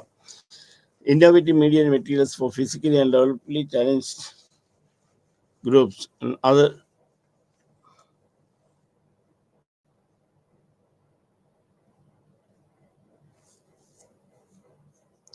ഡെവലപ്പിംഗ് മീഡിയ, അത് ഇതിനകത്ത് ഒരു മീഡിയ ആൻഡ് കൊമേഴ്ഷ്യൽ ഫീൽഡിലേക്ക് അഡ്വർടൈസിങ് എൻ്റർടൈൻമെൻറ്റ്, ഇതിനകത്തൊക്കെ എങ്ങനെ നമുക്ക് സൈക്കോളജിയിൽ application. Studying the sociological behaviour and psychology effects of media. സൈക്കോളജിക്കലിലും ബിഹേവിയറിലും എങ്ങനെ ഒരു മീഡിയയിൽ ചെയ്യുന്നു. Developing innovative media materials for physically and developing challenge groups, other marginalised population. കാരണം ഇവരെ ഇതിനകത്ത് ഉൾക്കൊള്ളിച്ചുകൊണ്ട് അവരുടെ വളർച്ചയ്ക്ക് വേണ്ടി ഹെൽപ്പ് ചെയ്യാം. Then working with deviant and criminal population. അപ്പോൾ ഇതൊക്കെ ഉണ്ട്, ഡിവിയൻ്റ് ആയിട്ടുള്ള ആൾക്കാർ ബിഹേവിയർ ഉണ്ടെങ്കിൽ അവരെ നമ്മൾ ഹെൽപ്പ് ചെയ്യാം. അപ്പം മീഡിയയുടെ ഇൻഫ്ലുവൻസ് കൊണ്ടുള്ളതാണ് പറയുന്നത്. അപ്പം നമുക്ക് ഇതൊന്നുകൂടെ നോക്കാം, എന്തൊക്കെയാണ് മീഡിയ സൈക്കോളജിസ്റ്റിൻ്റെ ജോലി എന്താണെന്ന് നോക്കാം. ഒന്ന് helping people with adopt the fast pace of technology പഠിപ്പിച്ചു കൊടുക്കുക. ആൻഡ് ഇൻക്രീസ് അക്കൗണ്ടബിലിറ്റി ഓതേഴ്സ്, ഓരോരുത്തർക്ക് അവരുടേതായ ഉത്തരവാദിത്തങ്ങളുടെ കാര്യങ്ങൾ നമ്മൾ കൊടുക്കുക. How correlation between media use and behaviour not equivalent to media causing effect, എങ്ങനെ ഉപയോഗിക്കുന്നത് കൊണ്ടും അത് കാണുന്നത് കൊണ്ടും മീഡിയ കോസിങ് ബിഹേവിയറും മീഡിയ യൂസ് അവർ തമ്മിലുള്ള ഇത് demonstrating individual culture and correlation different media, ഓരോ ഡിഫറെൻറ്റ് മീഡിയ ടെക്നോളജി എന്താണ്, അതെങ്ങനെയൊക്കെ വരുന്നത്, അതൊക്കെ എങ്ങനെ FD എന്ന് പറയാം. Assume evaluation technology interferes and usability, ഒരു മീഡിയ എങ്ങനെ വന്ന് അതെങ്ങനെ ഉപയോഗിക്കും, എന്തൊക്കെ കാര്യങ്ങളാണ് ചെയ്യേണ്ടത് എന്നുള്ളതിനെ കുറിച്ച് നമ്മൾ പറഞ്ഞ് മനസ്സിലാക്കി കൊടുക്കാം. Integrating technology to education, media literacy education. ഇപ്പോഴും ആൾക്കാരൊക്കെ ഇതിനകത്ത് തെറ്റിപ്പോകുന്നതിൻ്റെ കാര്യം ഇതിന് വ്യക്തമായ ഒരു ധാരണ, ഒരു രൂപരേഖയില്ലാത്തത് കൊണ്ടാണ്. അതാണ് assessment evaluation technology difference usability and content. ഇതിനെക്കുറിച്ച് നമ്മൾ പഠനം നടത്തി അസസ് ചെയ്ത് ഇത് ഇന്ന രീതി ചെയ്യുക എന്നുള്ളത് പറയും, എങ്ങനെ ഉപയോഗിക്കണം. എക്സാമ്പിൾ എല്ലാവരും ചോദിക്കും, മക്കള് അഡിക്ഷൻ കൂടുതൽ, ഫോൺ അഡിക്ഷൻ കൂടുതലാണ്. അല്ല, ഫോൺ അഡിക്ഷൻ എന്ന് പറഞ്ഞാൽ ഫോൺ വിളിച്ചുകൊണ്ടിരിക്കുകയല്ല, ഫോൺ ആൾക്കാരായിട്ട് സംസാരിച്ചു ഫോണിൽ കൂടി എന്താ കണ്ടുകൊണ്ടിരിക്കുക. അപ്പോൾ അതിനർത്ഥം എന്ന് വെച്ചാൽ ടെക്നോളജിയുടെ ഡെവലപ്മെൻറ്റ് കൊണ്ട് കുട്ടികൾ വീട്ടിലിരുന്ന കാര്യങ്ങൾ കാണുന്നതാണ്, അല്ലെങ്കിൽ മനസ്സിലാക്കുന്നതാണ്. അത് വേണ്ട എന്ന് പറയാൻ നമുക്ക് പറ്റില്ല, പക്ഷെ അതെങ്ങനെ പോസിറ്റീവായിട്ട് നമുക്ക് മാറ്റാൻ പറ്റും എന്ന് പറഞ്ഞ് മനസ്സിലാക്കി കൊടുക്കേണ്ടത് മീഡിയ സൈക്കോളജിൻ്റെ ജോലിയാണ്. Then designing expertise media through media show. ഈ മീഡിയ ഷോയിൽ വരാൻ വേണ്ടി നമ്മൾ ഹെൽപ്പ് ചെയ്യുക. Consulting, coaching and media workshop for fairs. എവിടെയൊക്കെ ഇത് പഠിപ്പിക്കുന്നുണ്ട്, എന്തൊക്കെയാണ്, ഏതൊക്കെ ഇതൊന്ന് ചെയ്യാം. Identify ways to improve all forms of media. ഇത് എല്ലാവരും ഇതെങ്ങനെ നമ്മളിത് ശരിയാക്കണം. ഈ media research things way to improve all forms of media, ഇത് എത്രയും പെട്ടെന്ന് റെഡിയാക്കണം, എന്തൊക്കെയാണൊക്കെ ചെയ്യാം. Then apply new media technology to practical of psychology educate and training. അപ്പം പരീക്ഷാ കാലഘട്ടങ്ങളിൽ നമ്മൾ മറ്റുള്ളവരെല്ലാം ഇത് കാണുന്നൊക്കെ ഉണ്ട്. ഇപ്പം നമ്മൾ അവരുമായിട്ട് ഇടപെടുന്നില്ല. അപ്പം ഇവിടെ practically educate them the training, distance training, visual class room, ഇവർ ഇതൊക്കെ പഠിപ്പിച്ചു കൊടുക്കുക എന്നുള്ളതാണ്. അപ്പം മീഡിയ സൈക്കോളജിൻ്റെ ഏറ്റവും കാര്യമുണ്ട് ഇതിൻ്റെ ടെക്നോളജി മാറുന്ന ടെക്നോളജി എങ്ങനെ ആൾക്കാരെ ഇത് ചെയ്യുക, ഇൻഫ്ലുവൻസ് ചെയ്യുക, അതിന് എന്തൊക്കെ കാര്യങ്ങൾ ചെയ്യാൻ പറ്റും. Then developing media standards four ethical contact. നമുക്ക് എല്ലാത്തിനും ഒരു ഡെവലപ്മെൻറ്റ്, ഒരു എത്തിക്കൽ സ്റ്റാൻഡേർഡ് നമ്മൾ ഉണ്ടാക്കുക. Media and commercial field like advertising, entertainment. അപ്പോൾ ഇത് എങ്ങനെ കൊമേഴ്സ്യലൈസ്, അപ്പോൾ മീഡിയ എപ്പോഴും വന്നപ്പോഴത്തേക്ക് ഇപ്പം നമുക്കറിയാം ഒരു ഫോളോ പേഴ്സ്, ഇപ്പം നമുക്ക് റീലൊക്കെ ഇട്ടിട്ട് ഫോളോ ചെയ്യുക എന്ന് പറഞ്ഞ് അടിക്കുന്നതെന്ന് വെച്ചാൽ ഇത് ഇത്ര കഴിഞ്ഞ് കഴിഞ്ഞാൽ അവർക്ക് ഫണ്ട് കിട്ടും എന്നുള്ളത്. അപ്പം ഗവൺമെൻറ്റിൻ്റെ ജോലി ഈ മീഡിയയെ ഡെവലപ്പ് ചെയ്തുകൊണ്ട് വരിക. അപ്പം ഇങ്ങനെ എങ്ങനെ ഡെവലപ്പ് ചെയ്യുക, എന്തൊക്കെയാണ് ആവശ്യം, അതിനെക്കുറിച്ച് പറഞ്ഞ് മനസ്സിലാക്കി കൊടുക്കണം ഒരു മീഡിയ സൈക്കോളജി ജോലിയാണ്. Studying sociological, behavioural and psychological effects of India. അപ്പോൾ എങ്ങനെയാണ് ഒരാൾ വരുമ്പോഴേ ചേഞ്ചസ് എന്തൊക്കെയാണ്, ഇതുകൊണ്ടുള്ള ചേഞ്ചസ് ഒക്കെ ഇതെങ്ങനെ ഇമ്പാക്റ്റ് ഉണ്ടാക്കി, ഇതിനെക്കുറിച്ച് നമ്മൾ പറഞ്ഞ് മനസ്സിലാക്കി കൊടുക്കുക. Then developing initiative media material for physically and developmentally challenge groups and their marginalised population. അപ്പം പിന്നെ നമുക്ക് ചെയ്യുന്നുള്ളതിന് ഇന്നോവേറ്റീവായിട്ട് ഇവർക്ക് ഇവിടുന്നായിട്ടുള്ള ആൾക്കാർക്ക് developing innovative media materials to developing challenge groups and other marginalised population. അത് എന്തെങ്കിലും പ്രശ്നം ഉണ്ടാക്കി ഫിസിക്കലിക്കുള്ള ആൾക്കാർ എങ്ങനെ ഇത് ഉപയോഗിക്കാം എന്നുള്ളതിനെ കുറിച്ച് പറഞ്ഞ് മനസ്സിലാക്കി കൊടുക്കാം. വിത്ത് ഡിവൈൻ ഓർ ക്രിമിനൽ പോപ്പുലേഷൻ. ഇങ്ങനെ വഴിതെറ്റിപ്പോകുന്ന ആൾക്കാരെ നമ്മൾ ഇത് കൊണ്ടുപോയിട്ട് എങ്ങനെ നമ്മൾ മീഡിയ ഉപയോഗിക്കും. ഇത്രയാണ് ഒരു സൈക്കോളജിൻ്റെ ജോലി. ഇപ്പോൾ research methods in psychology, in media psychology. അപ്പം എന്തുകൊണ്ടാണ് റിസർച്ച് ചെയ്യുക, ഇതിനകത്ത് റിസർച്ച് ചെയ്യുക എന്ന് പറഞ്ഞു കഴിഞ്ഞാൽ ഇത് നമ്മൾ വിചാരിക്കുന്ന അത്രയും എളുപ്പമുള്ളൊരു ഭാഗമായിട്ട് നമ്മൾ ചെയ്യുന്നില്ല. കാരണം മീഡിയയിൽ, കാരണം ഏറ്റവും ഇത് നമുക്കൊരു വ്യക്തമായ ഒരു ധാരണ, ഒരു ഒഴുക്ക് കിട്ടില്ല. ഇപ്പം ഞാൻ ഇൻ്റർനെറ്റിന് അടിമയാണ് എന്ന് പറയും. ഇൻ്റർനെറ്റിന് അടിമ എന്ന് പറയുന്നതിന്, അല്ലെങ്കിൽ അതില്ലാതെ എനിക്ക് ജീവിക്കാൻ പറ്റില്ല എന്ന് പറയുന്നത് ഏത് രീതിയിലാണ് നമുക്കറിയണം, എന്താണെന്നുള്ളത് അറിയണം. അപ്പോൾ റിസർച്ച് ചെയ്യാനായിട്ട് ഇതിൻ്റെ ഒരു കോംപ്ലക്സിറ്റി, കാരണം ഒറ്റയ്ക്ക് നമുക്ക് നടത്താൻ പറ്റില്ല, ഒരു എക്സ്പെരിമെൻ്റ് നടത്താൻ പറ്റില്ല, പല ഇൻ്റർലിങ്ക്ഡ് ആയിട്ട് നടത്തും. എക്സാമ്പിൾ, ഇപ്പം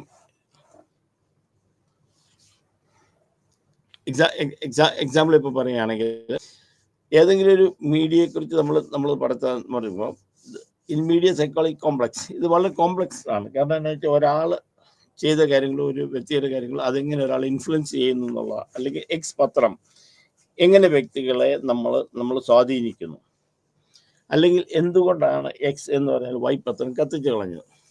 അപ്പോൾ ഇത് കോംപ്ലക്സ് ആണ്. കാരണം നമുക്ക് ഓരോരുത്തരുടെ ചിന്താഗതി മറ്റു കാര്യങ്ങളാണ്. ഇത് കോംപ്ലക്സ് ആയതുകൊണ്ട് അത് നമ്മൾ മനസ്സിലാക്കി നമ്മൾ ചെയ്യേണ്ടി വരും. അപ്പം എങ്ങനെ ചെയ്യാം? ടെസ്റ്റിംഗ് ആൻഡ് റീടെസ്റ്റിംഗ്, റിവൈസിങ് ആണ്. ഇപ്പം ടെസ്റ്റിംഗ് റീടെസ്റ്റിംഗ് എന്ന് പറഞ്ഞാൽ എന്തെങ്കിലും ഒരു സംഗതി ചെയ്യുമ്പോൾ അത് ചെയ്ത് കഴിഞ്ഞിട്ട് നമ്മൾ പിന്നെ അത് റിപ്പീറ്റ് ചെയ്ത് നോക്കുക, ആവശ്യമുണ്ട്, പിന്നെ അത് റിവൈസ് ചെയ്യുക. ഇതിൻ്റെയാണ് ഞാനൊരു 1+1 2 എന്ന് കണ്ടുപിടിച്ചു. അപ്പം റീടെസ്റ്റിംഗ്, ഇത് ശരിയാണോ, ഇത് വേറെ ഏതെങ്കിലും മെത്തേഡിൽ നമുക്ക് നോക്കാമോ, അത് കഴിഞ്ഞ് അങ്ങനെ ശരിയാണെങ്കിൽ അത് റിവൈസ് ചെയ്ത് നോക്കുക. അപ്പോൾ റിസർച്ച് മെത്തഡോളജി എന്ന് പറഞ്ഞാൽ ഫസ്റ്റ് മീഡിയ കോംപ്ലക്സ് ആണ്. അപ്പോൾ ടെസ്റ്റിങ്ങും റീടെസ്റ്റിങ് റിവൈസിങ് ഇതിന് വേണ്ടി വരും. അടുത്ത ആരെങ്കിലും എന്തെങ്കിലും ചെയ്തിട്ട് നമുക്ക് അതിൻ്റെ ഉത്തരവാദിത്വം ഏറ്റെടുക്കുന്നത് പ്രോബബിലിസ്റ്റിക് കാഷ്വാലിറ്റി, മൾട്ടിപ്പിൾ ഇൻ്റർപ്രിട്ടേഷൻ, പല രീതിയിൽ മറ്റ് ഇൻ്റർപ്രിട്ടേഷനായിട്ട് പല രീതികളും നമ്മൾ ഇതിനെക്കുറിച്ച് സ്റ്റഡി നടക്കുക. എന്തൊക്കെ റിസർച്ച് മെത്തഡാണ് ഇതിനകത്ത് യൂസ് ചെയ്യുക? First one is the quantitative number വെച്ചിട്ടുള്ളതാണ്. നമ്മൾ എന്തെങ്കിലും ചെയ്യുമ്പോൾ, റിസർച്ച് ചെയ്യുമ്പോൾ ഇത്ര ഇന്നത് ദറ്റ് ഈസ് ക്വാണ്ടിറ്റേറ്റീവ് റിസർച്ച്. അപ്പം പിന്നെ ഒരു മെത്തേഡ് ക്വാളിറ്റേറ്റീവ് റിസർച്ച് ആണ്. ക്വാളിറ്റേറ്റീവ് കഴിഞ്ഞ് കൂടുതലും തിയറി കാര്യങ്ങളൊക്കെ, ഇത് ഇങ്ങനെയാണ്, ഇത് ഇന്ന രീതിയിൽ വരാം എന്ന് പറഞ്ഞിട്ടുള്ളതാണ് ക്വാളിറ്റേറ്റീവ് റിസർച്ച്. പിന്നെ എക്സ്പെരിമെൻറ്റേഷനാണ്. റിസർച്ച് മെത്തേഡ് രണ്ടാണ്, quantitative research and qualitative research method. Experimentation, classical experiment design, ഇത് എക്സ്പെരിമെൻറ്റേഷൻ മെത്തേഡിനകത്ത് നമ്മൾ പല സ്റ്റെപ്പുകളുണ്ട് എക്സ്പെരിമെൻ്റ് മെത്തേഡിനകത്ത്.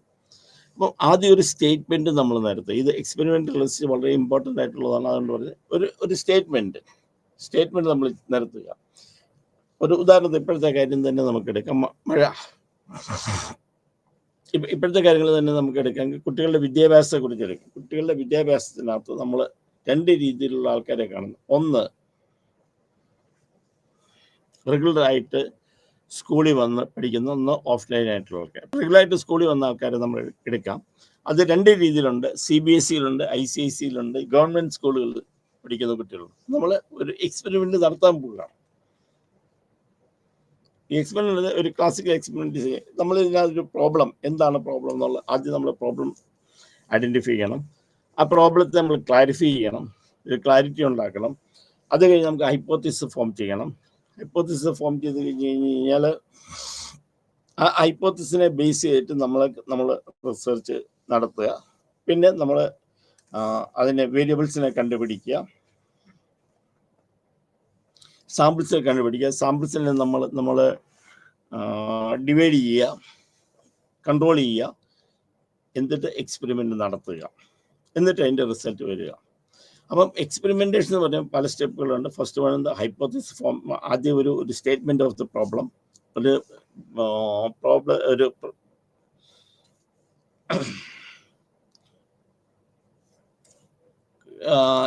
ആദ്യം നമ്മളൊരു സ്റ്റേറ്റ്മെൻറ്റ് ഇറക്കുക. ഇന്നതാണ് സ്റ്റേറ്റ്മെൻറ്റ് എന്ന് ഇറക്കാം. ആ സ്റ്റേറ്റ്മെൻറ്റ് എക്സാമ്പിൾ ഇപ്പോൾ മഴ ഒരാളെ എഫക്റ്റ് ചെയ്യും, അല്ലെങ്കിൽ മീഡിയ ഒരാളുടെ മാനസികമായ പ്രശ്നത്തിൽ നമ്മൾ എഫക്റ്റ് ചെയ്യും. അത് നമ്മൾ പർട്ടിക്കുലറായിട്ട് നമ്മൾ അതിനെ കൊണ്ടുവരണം. ആദ്യം അതിന് ജനറലായിട്ട് പറഞ്ഞു, പിന്നെ ഒരു ഹൈപ്പോത്തിസിസ് ഫോം നമ്മൾ ചെയ്തു, പിന്നെ നമ്മൾ സാമ്പിൾ സെലക്ഷൻ നടത്തി. അപ്പം ഒന്നും കൂടെ നമ്മൾ പറയുകയാണെങ്കിൽ, ഇപ്പോൾ ഒരു എക്സ്പെരിമെൻറ്റിനകത്ത് എക്സ്പെരിമെൻറ്റ് മെത്തേഡ് നടത്തുമ്പം ഞാൻ മീഡിയ കുട്ടികളുടെ വ്യക്തിബന്ധങ്ങളെ ബാധിക്കുന്നുണ്ട്. അതായത് ഒരു സ്റ്റേറ്റ്മെൻറ്റാണ്. ആ സ്റ്റേറ്റ്മെൻറ്റ് നമ്മൾ കുറച്ചുകൂടെ ഇതായിട്ട് കൊണ്ടുവരിക. അതായത് there is a significant relation between the mental state and reading or spending time on internet എന്ന് പറഞ്ഞ് നമ്മൾ കണ്ടു. അപ്പോൾ നമ്മൾ ഇതിനെക്കുറിച്ച് എന്നിട്ട് ഇതിനെ കൺട്രോൾ വേരിയബിൾ ഉണ്ട്. വേരിയബിളിനെ നമ്മൾ ഡിവൈഡ് ചെയ്യും. അതായത് ഇത് ഉപയോഗിക്കുന്ന ആൾക്കാരും ഉപയോഗിക്കാത്ത ആൾക്കാരും നമ്മൾ മാറ്റും. അത് ഇൻ്റർനെറ്റ് ഉപയോഗിക്കും, അങ്ങനെ പ്രശ്നങ്ങളുണ്ടാകുന്ന ആൾക്കാർ, അല്ല പ്രശ്നങ്ങളില്ലാത്ത ആൾക്കാർ, നമ്മൾ രണ്ട് ഗ്രൂപ്പായിട്ട് നമ്മൾ എടുക്കും. അല്ലെങ്കിൽ ഒരെണ്ണത്തിന് എടുത്തിട്ട് നമ്മൾ കൺട്രോൾ ചെയ്യും, ഒന്ന് ഓപ്പണായിട്ട് വിടും, നമ്മൾ കൺട്രോൾ ചെയ്യും, നമ്മൾ നിർത്തും. അപ്പം സാമ്പിൾസ് കളക്ട് ചെയ്തു, നമ്മൾ റിസർച്ച് നടത്തി, പിന്നെ അതിൻ്റെ റിസൾട്ട് അത് പ്രഡിക്റ്റ് ചെയ്യുക, ഇന്നതാണ് അതിൻ്റെ റിസൾട്ട് നമ്മൾ പ്രഡിക്റ്റ് ചെയ്യാം. അപ്പോൾ നമ്മൾ എക്സ്പെരിമെൻ്റ് മെത്തേഡ് അതാണ് ചെയ്യുന്നത്. ആദ്യം ഒരു എക്സ്പെരിമെൻ്റ് മെത്തേഡിൽ നമ്മൾ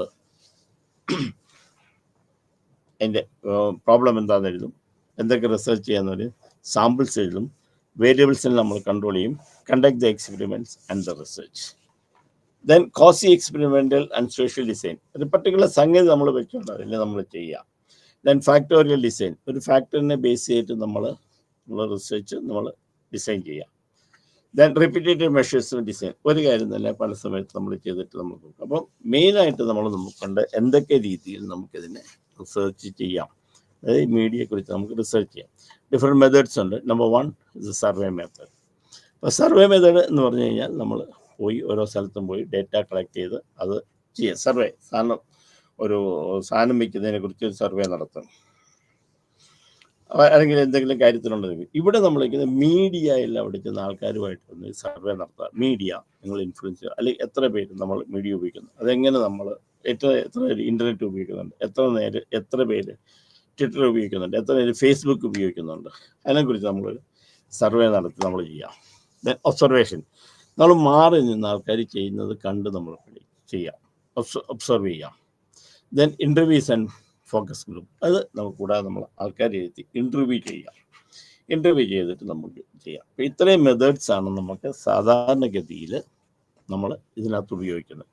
കാരണം ഇതിനകത്ത് ഏറ്റവും വലിയൊരു ബുദ്ധിമുട്ട് എന്താണെന്ന് വെച്ച് കഴിഞ്ഞാൽ, ഈ റിസർച്ച് നടത്താൻ ഇതിന് പ്രത്യേകമായിട്ടുള്ള രൂപഭാവങ്ങൾ ഇതുവരെ വന്നിട്ടില്ല. ഒരു പുതിയ ഫീൽഡാണ് രൂപഭാവങ്ങൾ. എങ്ങനെ റിസർച്ചാണ് ഇത്? ക്വാണ്ടിറ്റേറ്റീവ് ആയിട്ട് എങ്ങനെ റിസർച്ച്? ക്വാണ്ടിറ്റേറ്റീവ് നമുക്ക് അളവ് വെച്ച് വേണം ചെയ്യാനായിട്ട്. ഇത്ര ശതമാനം പെരുത്തൽ, ഇത്ര ശതമാനം പെരുത്തൽ, എങ്ങനെ ഇത് മീഡിയേറ്റ് ചെയ്യും?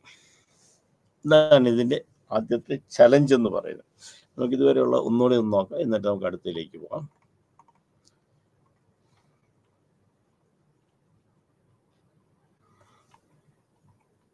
അപ്പം എന്താണ് റോൾ ഓഫ് എ സൈക്കോളജിസ്റ്റ്? ഒരു മീഡിയ സൈക്കോളജിസ്റ്റിൻ്റെ ജോലി എന്തൊക്കെയാണ്?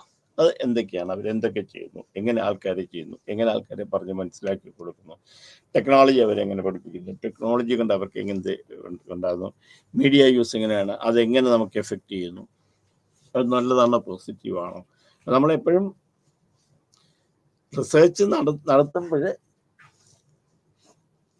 ഈ ഒരു ബേസിലാണ് നടത്തുക. ഈ റോൾ എന്താണ് ചെയ്യുന്നത്? ഇവിടെ ഇൻഡിവിജ്വൽ കൾച്ചറിൻ്റെ ഡിഫറൻസ് എങ്ങനെ അറിയാൻ പറ്റും, അസസ്മെൻ്റ് എങ്ങനെ നടത്താൻ പറ്റും, designing expertise through writing and appearance in media show, നമ്മൾ കാര്യങ്ങൾ നമ്മൾ അറിയാനായിട്ടുള്ള ചെയ്യുക. Then consulting and coaching media work group, consult നമ്മൾ കോച്ചിങ് ഒക്കെ നമ്മൾ ഉണ്ടാക്കുക. അപ്പോൾ ഒരു സൈക്കോളജിസ്റ്റിൻ്റെ ജോലിയാണ് മീറ്റിംഗ് നടത്തുക, കണ്ടക്ട് ചെയ്യുക, കാര്യങ്ങൾ എക്സ്പ്ലെയിൻ ചെയ്യുക, അവരെ മനസ്സിലാക്കി കൊടുക്കുക, മറ്റുള്ളവർ നമ്മൾ റിസർച്ച് ചെയ്യേണ്ട അസിസ്റ്റ് ചെയ്യുക.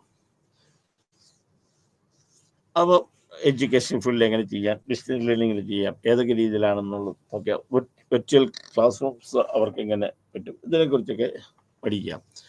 എങ്ങനെ എത്തിക്കൽ കോണ്ടാക്ട് ചെയ്യും, മീഡിയ ആൻഡ് കമ്മ്യൂണിക്കേഷൻ എങ്ങനെ അത് ചെയ്യും, studying the sociology and behavioural and psychological effects of media. Then developing innovative and media materials for physically and developmentally challenged groups and other marginalized group population. അപ്പം ഇവരുടെ ജോലി ഇത് prevent ചെയ്യുക, നോക്കുക എന്നുള്ളതാണ്. ഹൗ ഇറ്റ് ഈസ് അഫക്റ്റിംഗ് എന്നുള്ളതും, സമൂഹത്തെ എങ്ങനെ, വ്യക്തികളെ എങ്ങനെ എന്നുള്ള പഠിക്കാൻ കുറവാണ്. വർക്കിംഗ് ദ്രവ്യ ക്രിമിനൽ പോപ്പുലേഷൻ, ഇതെങ്ങനെ ഒരാളെ ബാധിക്കും, ക്രിമിനൽ പോപ്പുലേഷൻ എങ്ങനെ ഉണ്ടാകുന്നു. അപ്പോൾ ഇത് ആദ്യത്തെ സർവേയിൽ എപ്പോഴും ഒരു ചോദ്യം ഇതായിരുന്നു, എന്തെങ്കിലും കാരണവശാൽ ഇത് വരുമ്പോൾ മീഡിയ എങ്ങനെ കുട്ടികളെ ഇൻഫ്ലുവൻസ് ചെയ്യുന്നു, എങ്ങനെ അവരുടെ ജീവിതം തകർക്കുന്നു. റിസർച്ച് മെത്തഡോളജിയാണ് first one, testing and retesting method, probabilistic causality, multiple interpretation used, quantitative method, qualitative method and experimentation detail ആയിട്ട് പറയുന്നത് അത് പരീക്ഷയ്ക്ക് പലപ്പോഴും ചോദിക്കുന്ന ഒരു ഭാഗമാണ്. Experimental method in media. Then classical experiment design, quasi experiment, factorial design, research methods, survey, observation, ethical issues in media psychology research, informed consent. ഇതിൻ്റെ ഏറ്റവും വലിയ പ്രശ്നം വെച്ചാൽ ഒരാളുടെ കൺസെൻറ്റ് വാങ്ങുക എന്നുള്ളതാണ്. Informed consent. അപ്പോൾ നമ്മൾ എന്തെങ്കിലും ചെയ്യുമ്പോൾ ആളുടെ കൺസെൻറ്റ് നമ്മൾ വാങ്ങിക്കണം. കാരണം തിയറിറ്റിക്കൽ വാക്ക്, ഇതൊക്കെ സ്റ്റഡി ചെയ്യുമ്പോൾ ഒരു തിയറിറ്റിക്കൽ വാക്കുമുണ്ട്. ഒരു തിയറി ബേസ്ഡ് ആയിട്ട് നമുക്ക് ഇതിനെ പഠിപ്പിക്കാൻ പറ്റുകയില്ല. അപ്പോൾ ഇതൊരു മേജർ പ്രശ്നമാണ്. Then using inadequate sample size. അപ്പോൾ സാമ്പിൾ സൈസ്, അത് മീഡിയയെ കുറിച്ച് അതിൻ്റെ റിസർച്ച് അതിൻ്റെ സാമ്പിൾ സൈസ് കിട്ടാനായിട്ട്, അഡിക്കേറ്റ് സാമ്പിൾ സൈറ്റ് കിട്ടാനായിട്ട് വലിയ പാടാണ്. അപ്പോൾ നമ്മൾ അങ്ങനെ എടുക്കുമ്പോൾ ഒരു പർട്ടിക്കുലർ ഏരിയ എന്നായിരിക്കും എടുക്കുമ്പോൾ. അപ്പോൾ അങ്ങനെയും അതിനെക്കുറിച്ച് അറിവുള്ള ആൾക്കാർ ബാക്കിയുള്ളത് ഉണ്ടാകില്ല. അപ്പോൾ ഇന്നാഡിക്വേറ്റ് സാമ്പിൾ സൈസ് നമുക്ക് എടുക്കാൻ നമ്മൾ റിസർച്ച് നടത്തുമ്പോൾ ഒരു എക്സ്പെരിമെൻറ്റ് നടത്താനുള്ള സാമ്പിൾസ് കിട്ടാനായിട്ടുള്ള പാടാണ്. പിന്നെ മാനിപ്പുലേഷൻ, എങ്ങനെ നമുക്ക് നമ്മുടെ ഇഷ്ടത്തിന് ചെയ്യാം. അപ്പം എത്തിക്കൽ ഇഷ്യൂസ് എന്ന് ഇൻഫോംഡ് കൺസെൻറ്റ്, നമ്മൾ ചെയ്യുന്ന ആൾക്കാരെ കുറിച്ചൊരു പഠനം അവരുടെ കൺസെൻറ്റ് കിട്ടുന്നില്ല. അപ്പോൾ തിയറി വാക്ക് ഏതിനെ നമ്മൾ ചെയ്യുമ്പോൾ ഒരു തിയറി ബേസ്ഡ് ആയിട്ട് നമുക്ക് ചെയ്യാൻ പറ്റുക. അപ്പോൾ ഇന്നാഡിക്വേറ്റ് സാമ്പിൾ സൈസ് ആൻഡ് ഇപ്പം ഒരു കമ്പാരിറ്റീവ് സ്റ്റഡിയൊക്കെ നടത്തുന്ന സമയത്ത് അപ്പം യൂസിങ് ഇന്നാഡിക്വേറ്റ് സാമ്പിൾ സൈസ് കറക്റ്റായിട്ട് നമുക്ക് കിട്ടാനായിട്ട് പാടാണ്. എക്സ്പെരിമെൻ്റ് മാനിപ്പുലേഷൻ എപ്പോഴും ഇതിൻ്റെ റിസൾട്ട് കിട്ടാനുള്ള പാടുണ്ട്. അപ്പോൾ ഇത്രയും എത്തിക്കൽ ഇഷ്യൂസാണ് നമുക്ക് കിട്ടുന്നത്. Then using pure and inappropriate measures, ഇത് അളക്കാനൊരു അളവ് കോല്. അപ്പം എങ്ങനെയാണ് മീഡിയ ഒരാളെ അളക്കുന്നത്, അതിനൊരു അളവ് കോല് കിട്ടാൻ വലിയ പാടായിരുന്നു. അപ്പോൾ പാരാസോഷ്യൽ റിലേഷൻഷിപ്പ് ആൻഡ് ഗെയിമിംഗ് ബിഹേവിയർ. പിന്നെ അടുത്ത് നമ്മൾ പഠിക്കുന്നത് ഇത് virtual world and human interactions. അപ്പം വ്യക്തികളുമായിട്ട് ചേരുമ്പം ഈ ഇൻ്റർനെറ്റ് എങ്ങനെ മനുഷ്യനെ ബാധിക്കണം, ഇതൊക്കെ ഈ റിസർച്ച് ഇതിനെ ബേസ് ചെയ്തിട്ടാണ് നമ്മൾ വന്നുകൊണ്ടിരിക്കുന്നത്. അപ്പം എന്തെങ്കിലും പാരാസോഷ്യൽ റിലേഷൻഷിപ്പ് ആൻഡ് ഗെയിമിംഗ് ബിഹേവിയർ, അതായത് മീഡിയ കൊണ്ട് മനുഷ്യൻ്റെ സോഷ്യോളജിക്കൽ റിലേഷൻഷിപ്പിനെ എങ്ങനെ ബാധിക്കുന്നു, അല്ലെ അത് എങ്ങനെയാണ് അതിനെ അഫക്റ്റ് ചെയ്യുന്നത്, ഇതാണ് നമ്മളെ പഠിക്കുന്നത്. പിന്നെ മീഡിയ യൂസർ, ആരാണിത് മീഡിയ യൂസർ എന്ന് പറയുന്നത് എങ്ങനെയാണ്, who is called media user. അപ്പം ഞാനാണ് കൂടുതൽ ഉപയോഗിക്കുന്നത്, ഏത് രീതിയിലാണ് എന്നുള്ളത് നമ്മൾ കണ്ടുപിടിക്കാം.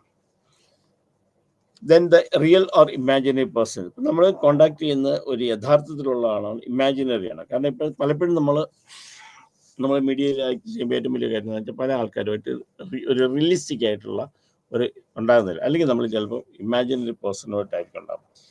Mediated using A media. അപ്പോൾ മീഡിയേറ്റഡ് അതായത് നേരിട്ടല്ല നമ്മളെല്ലാം ചെയ്യുക, അതിനൊരു മീഡിയേഷൻ ഉള്ള രീതിയിലാണ് നമ്മൾ ചെയ്യുന്നത്. അപ്പം ഇതിനകത്ത് parasocial relationship and gaming behaviour. എന്താണ് പാരാസോഷ്യൽ ബിഹേവിയർ എന്ന് പറയുന്നത്? That is how parasocial relationship one sidedness ആണ്. ഇത് നമ്മളൊരു റിലേഷൻഷിപ്പ് ഒരാളുമായിട്ട് വൺ സൈഡാണ്. ഇപ്പം ഞാൻ ഒരു മീഡിയയെ കുറിച്ച് ചെയ്യാൻ എൻ്റെ സൈഡിൽ മാത്രമായിരിക്കും, അപ്പോൾ അപ്പുറത്തെ സൈഡിൽ ഉണ്ടാകണം നിർബന്ധമില്ല. പിന്നെ ഇതിനകത്ത് ഇൻവെസ്റ്റ്മെൻറ്റ് ഓഫ് ടൈം, ഏറ്റവും കൂടുതൽ ഇതിനകത്ത് എത്ര സമയം നമ്മൾ ഇതിനകത്ത് ചെയ്യുന്നു. ദ റിലേഷൻഷിപ്പ് ആർ വോളണ്ടറി, ഇതിപ്പോൾ ആരും നിർബന്ധിച്ചിട്ടുള്ള ബന്ധങ്ങളൊന്നുമല്ല. ഈ റിലേഷൻഷിപ്പ് കാണുന്നത് വോളണ്ടറി ആയിട്ട് എടുക്കുകയാണ്. അപ്പോൾ നമ്മൾ മീഡിയയിലുള്ള റിസർച്ച് നടത്തുമ്പോഴത്തേക്ക് അതിൻ്റെ കാറ്റഗറീസ് ഇത് റിലേഷൻഷിപ്പ് വോളണ്ടറി ആയിട്ടാണ് നമ്മൾ ഉണ്ടാക്കുന്നത്. Factors affect the interpersonal attraction apply to എന്തൊക്കെയാണോ ഇന്റർപേഴ്സണൽ റിലേഷൻഷിപ്പ് അത് ഇതിനകത്ത് ബാധിക്കും. ഇതൊരു ഇതിനൊരു കമ്പാനിയൻഷിപ്പ് കിട്ടും. നമ്മൾ ഇത് ചെയ്യുമ്പോൾ എപ്പോഴും നമുക്ക് ഒരു കമ്പാനിയനായി എന്നുള്ളൊരു തോന്നൽ ഉണ്ടാവും. Needs maintenance. അപ്പം ഇത് മെയിൻറ്റെയിൻ ചെയ്ത് പോവുക, അത് ഇതിൻ്റെ അടുത്ത ഒരു സംഗതിയാണ്. അപ്പം ഇത് എന്തൊക്കെയാണ് കാറ്റഗറീസ്, എന്തൊക്കെയാണ് ഇതിനകത്ത്? വൺ സൈഡ്നെസ് ആണ്, ഒരു സൈഡ് വൺ സൈഡ്. അപ്പം ഞാൻ മാത്രം ഇനിഷ്യേറ്റീവ് എടുത്ത് ചെയ്യുന്നതായിരിക്കും. ഇതിനകത്ത് കണ്ടമാനം സമയവും കാര്യങ്ങളൊക്കെ നമ്മൾ ചിലവാക്കണം. ഇത് വോളണ്ടറി റിലേഷൻഷിപ്പാണ്, ആരോടും പറഞ്ഞിട്ട് നമ്മൾ ചെയ്യുന്നതല്ല, പക്ഷെ നമ്മൾ കേട്ടും കണ്ടും അതിലേക്ക് വരുന്നതാണ്. കമ്പാനിയൻഷിപ്പ്, ഇത് എല്ലാം പറയുന്നത് എനിക്കൊരു കമ്പാനിയൻഷിപ്പ് കിട്ടി, നീഡ് മെയിൻ്റെനൻസ്,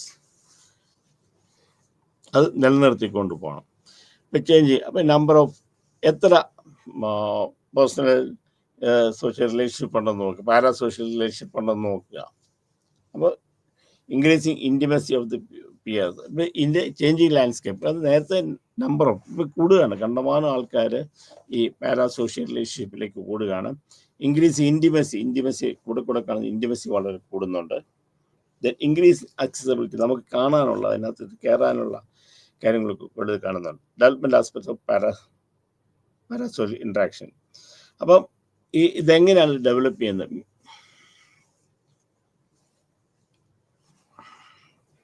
അപ്പോൾ ഇത് ഡെവലപ്പ് ചെയ്യുമ്പോൾ ഇവർ തമ്മിലുള്ള പോലെ സാധാരണ ഒരു വ്യക്തിയായിട്ടുള്ള പോലെ തന്നെ ഇവരുടെ ബന്ധങ്ങൾ പാരാ സോഷ്യൽ റിലേഷൻഷിപ്പ് ഉണ്ടാകുന്നുണ്ട്.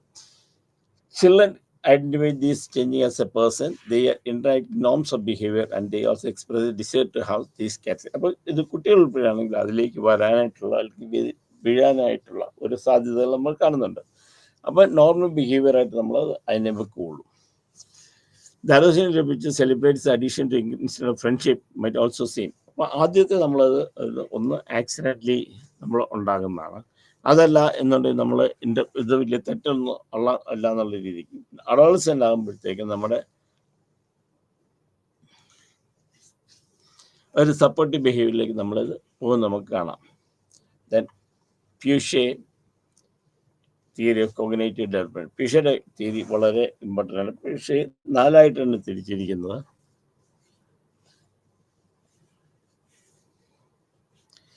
ഇപ്പോൾ Piaget theory of cognitive development എങ്ങനെയാണ് ഇത്? സെൻസറി മോട്ടോർ, അത് ഒരു കുട്ടി ജനിച്ചു കഴിഞ്ഞ് കഴിഞ്ഞാൽ 24 മാസം വരെ 2 വയസ്സ് വരെ, അപ്പം ഈ കുട്ടിയെ സംബന്ധിച്ച് കുട്ടി 2 വയസ്സ് വരെ കുട്ടി കമന്ന് വീഴുക, നീന്തുക, ഇരിക്കുക, നിൽക്കുക, നടക്കുക, സംസാരിക്കുക, ഇതാണ് കുട്ടികളുടെ ഉണ്ടാകുന്നത്. അപ്പം ഇതെന്ന് പറയുന്നത് സെൻസറി മോട്ടോർ സ്റ്റേജാണ്. സെൻസറി മോട്ടോർ സ്റ്റേജ് 24 മാസം വരെ. അപ്പോൾ ഈ സമയത്ത് കുട്ടി പതുക്കെ കാര്യങ്ങൾ മനസ്സിലാക്കുന്നു. മെച്ച് ഡെവലപ്മെൻറ്റ് ഇത് മീഡിയ അങ്ങനെയെന്നുള്ളതല്ല. കുട്ടി ആളെ തിരിച്ചറിഞ്ഞു. റിഫ്ലക്സ് ആക്ഷൻസ് ആണ്. ശബ്ദങ്ങൾ ഉണ്ടാക്കുന്നു, കുട്ടി ചിരിക്കുന്നു, കാണുന്നു, അതാണ് സെൻസറി മോട്ടോർ സ്റ്റേജ്. പിന്നെ pre operation 2 to 7 years. 2 to 7 years കുട്ടികൾ കുറേശ്ശെ സ്റ്റെബിലൈസ് ആണ്. എമോഷണലി കാര്യങ്ങൾ മനസ്സിലാകുന്നു, ആൾക്കാരുടെ വ്യത്യാസങ്ങൾ മനസ്സിലാകുന്നു, ആണും പെണ്ണും രീതിയിലുള്ള മനസ്സിലാകുന്നു. ഇത് സാറിന് പരീക്ഷയ്ക്ക് ചോദിക്കുന്നതാണ് Piagetian theory of cognitive development. Then concrete operational stage.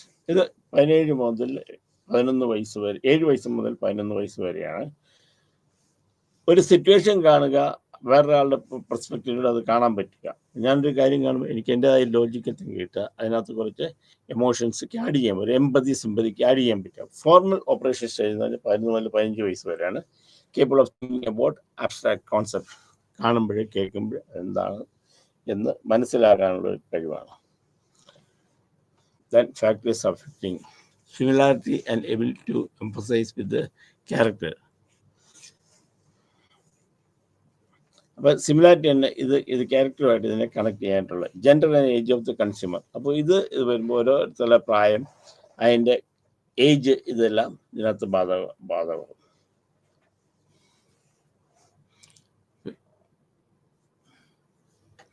Then പ്രിവാലിയൻറ്റ് friends ആണ്. ദെൻ നമുക്കുണ്ട ഫാക്ടേഴ്സ് എഫക്റ്റ് അത് ഫ്രണ്ട്സിനെ സംബന്ധിച്ചിടത്തോളമാണ്. സോ ഇത്രയും കാര്യങ്ങളാണ് നമ്മൾ ഇന്ന് പഠിച്ചത്. അതുകൊണ്ട് നമുക്കിന്ന് ഓടിച്ച് നോക്കിയിട്ട് നമുക്ക് പോകാം.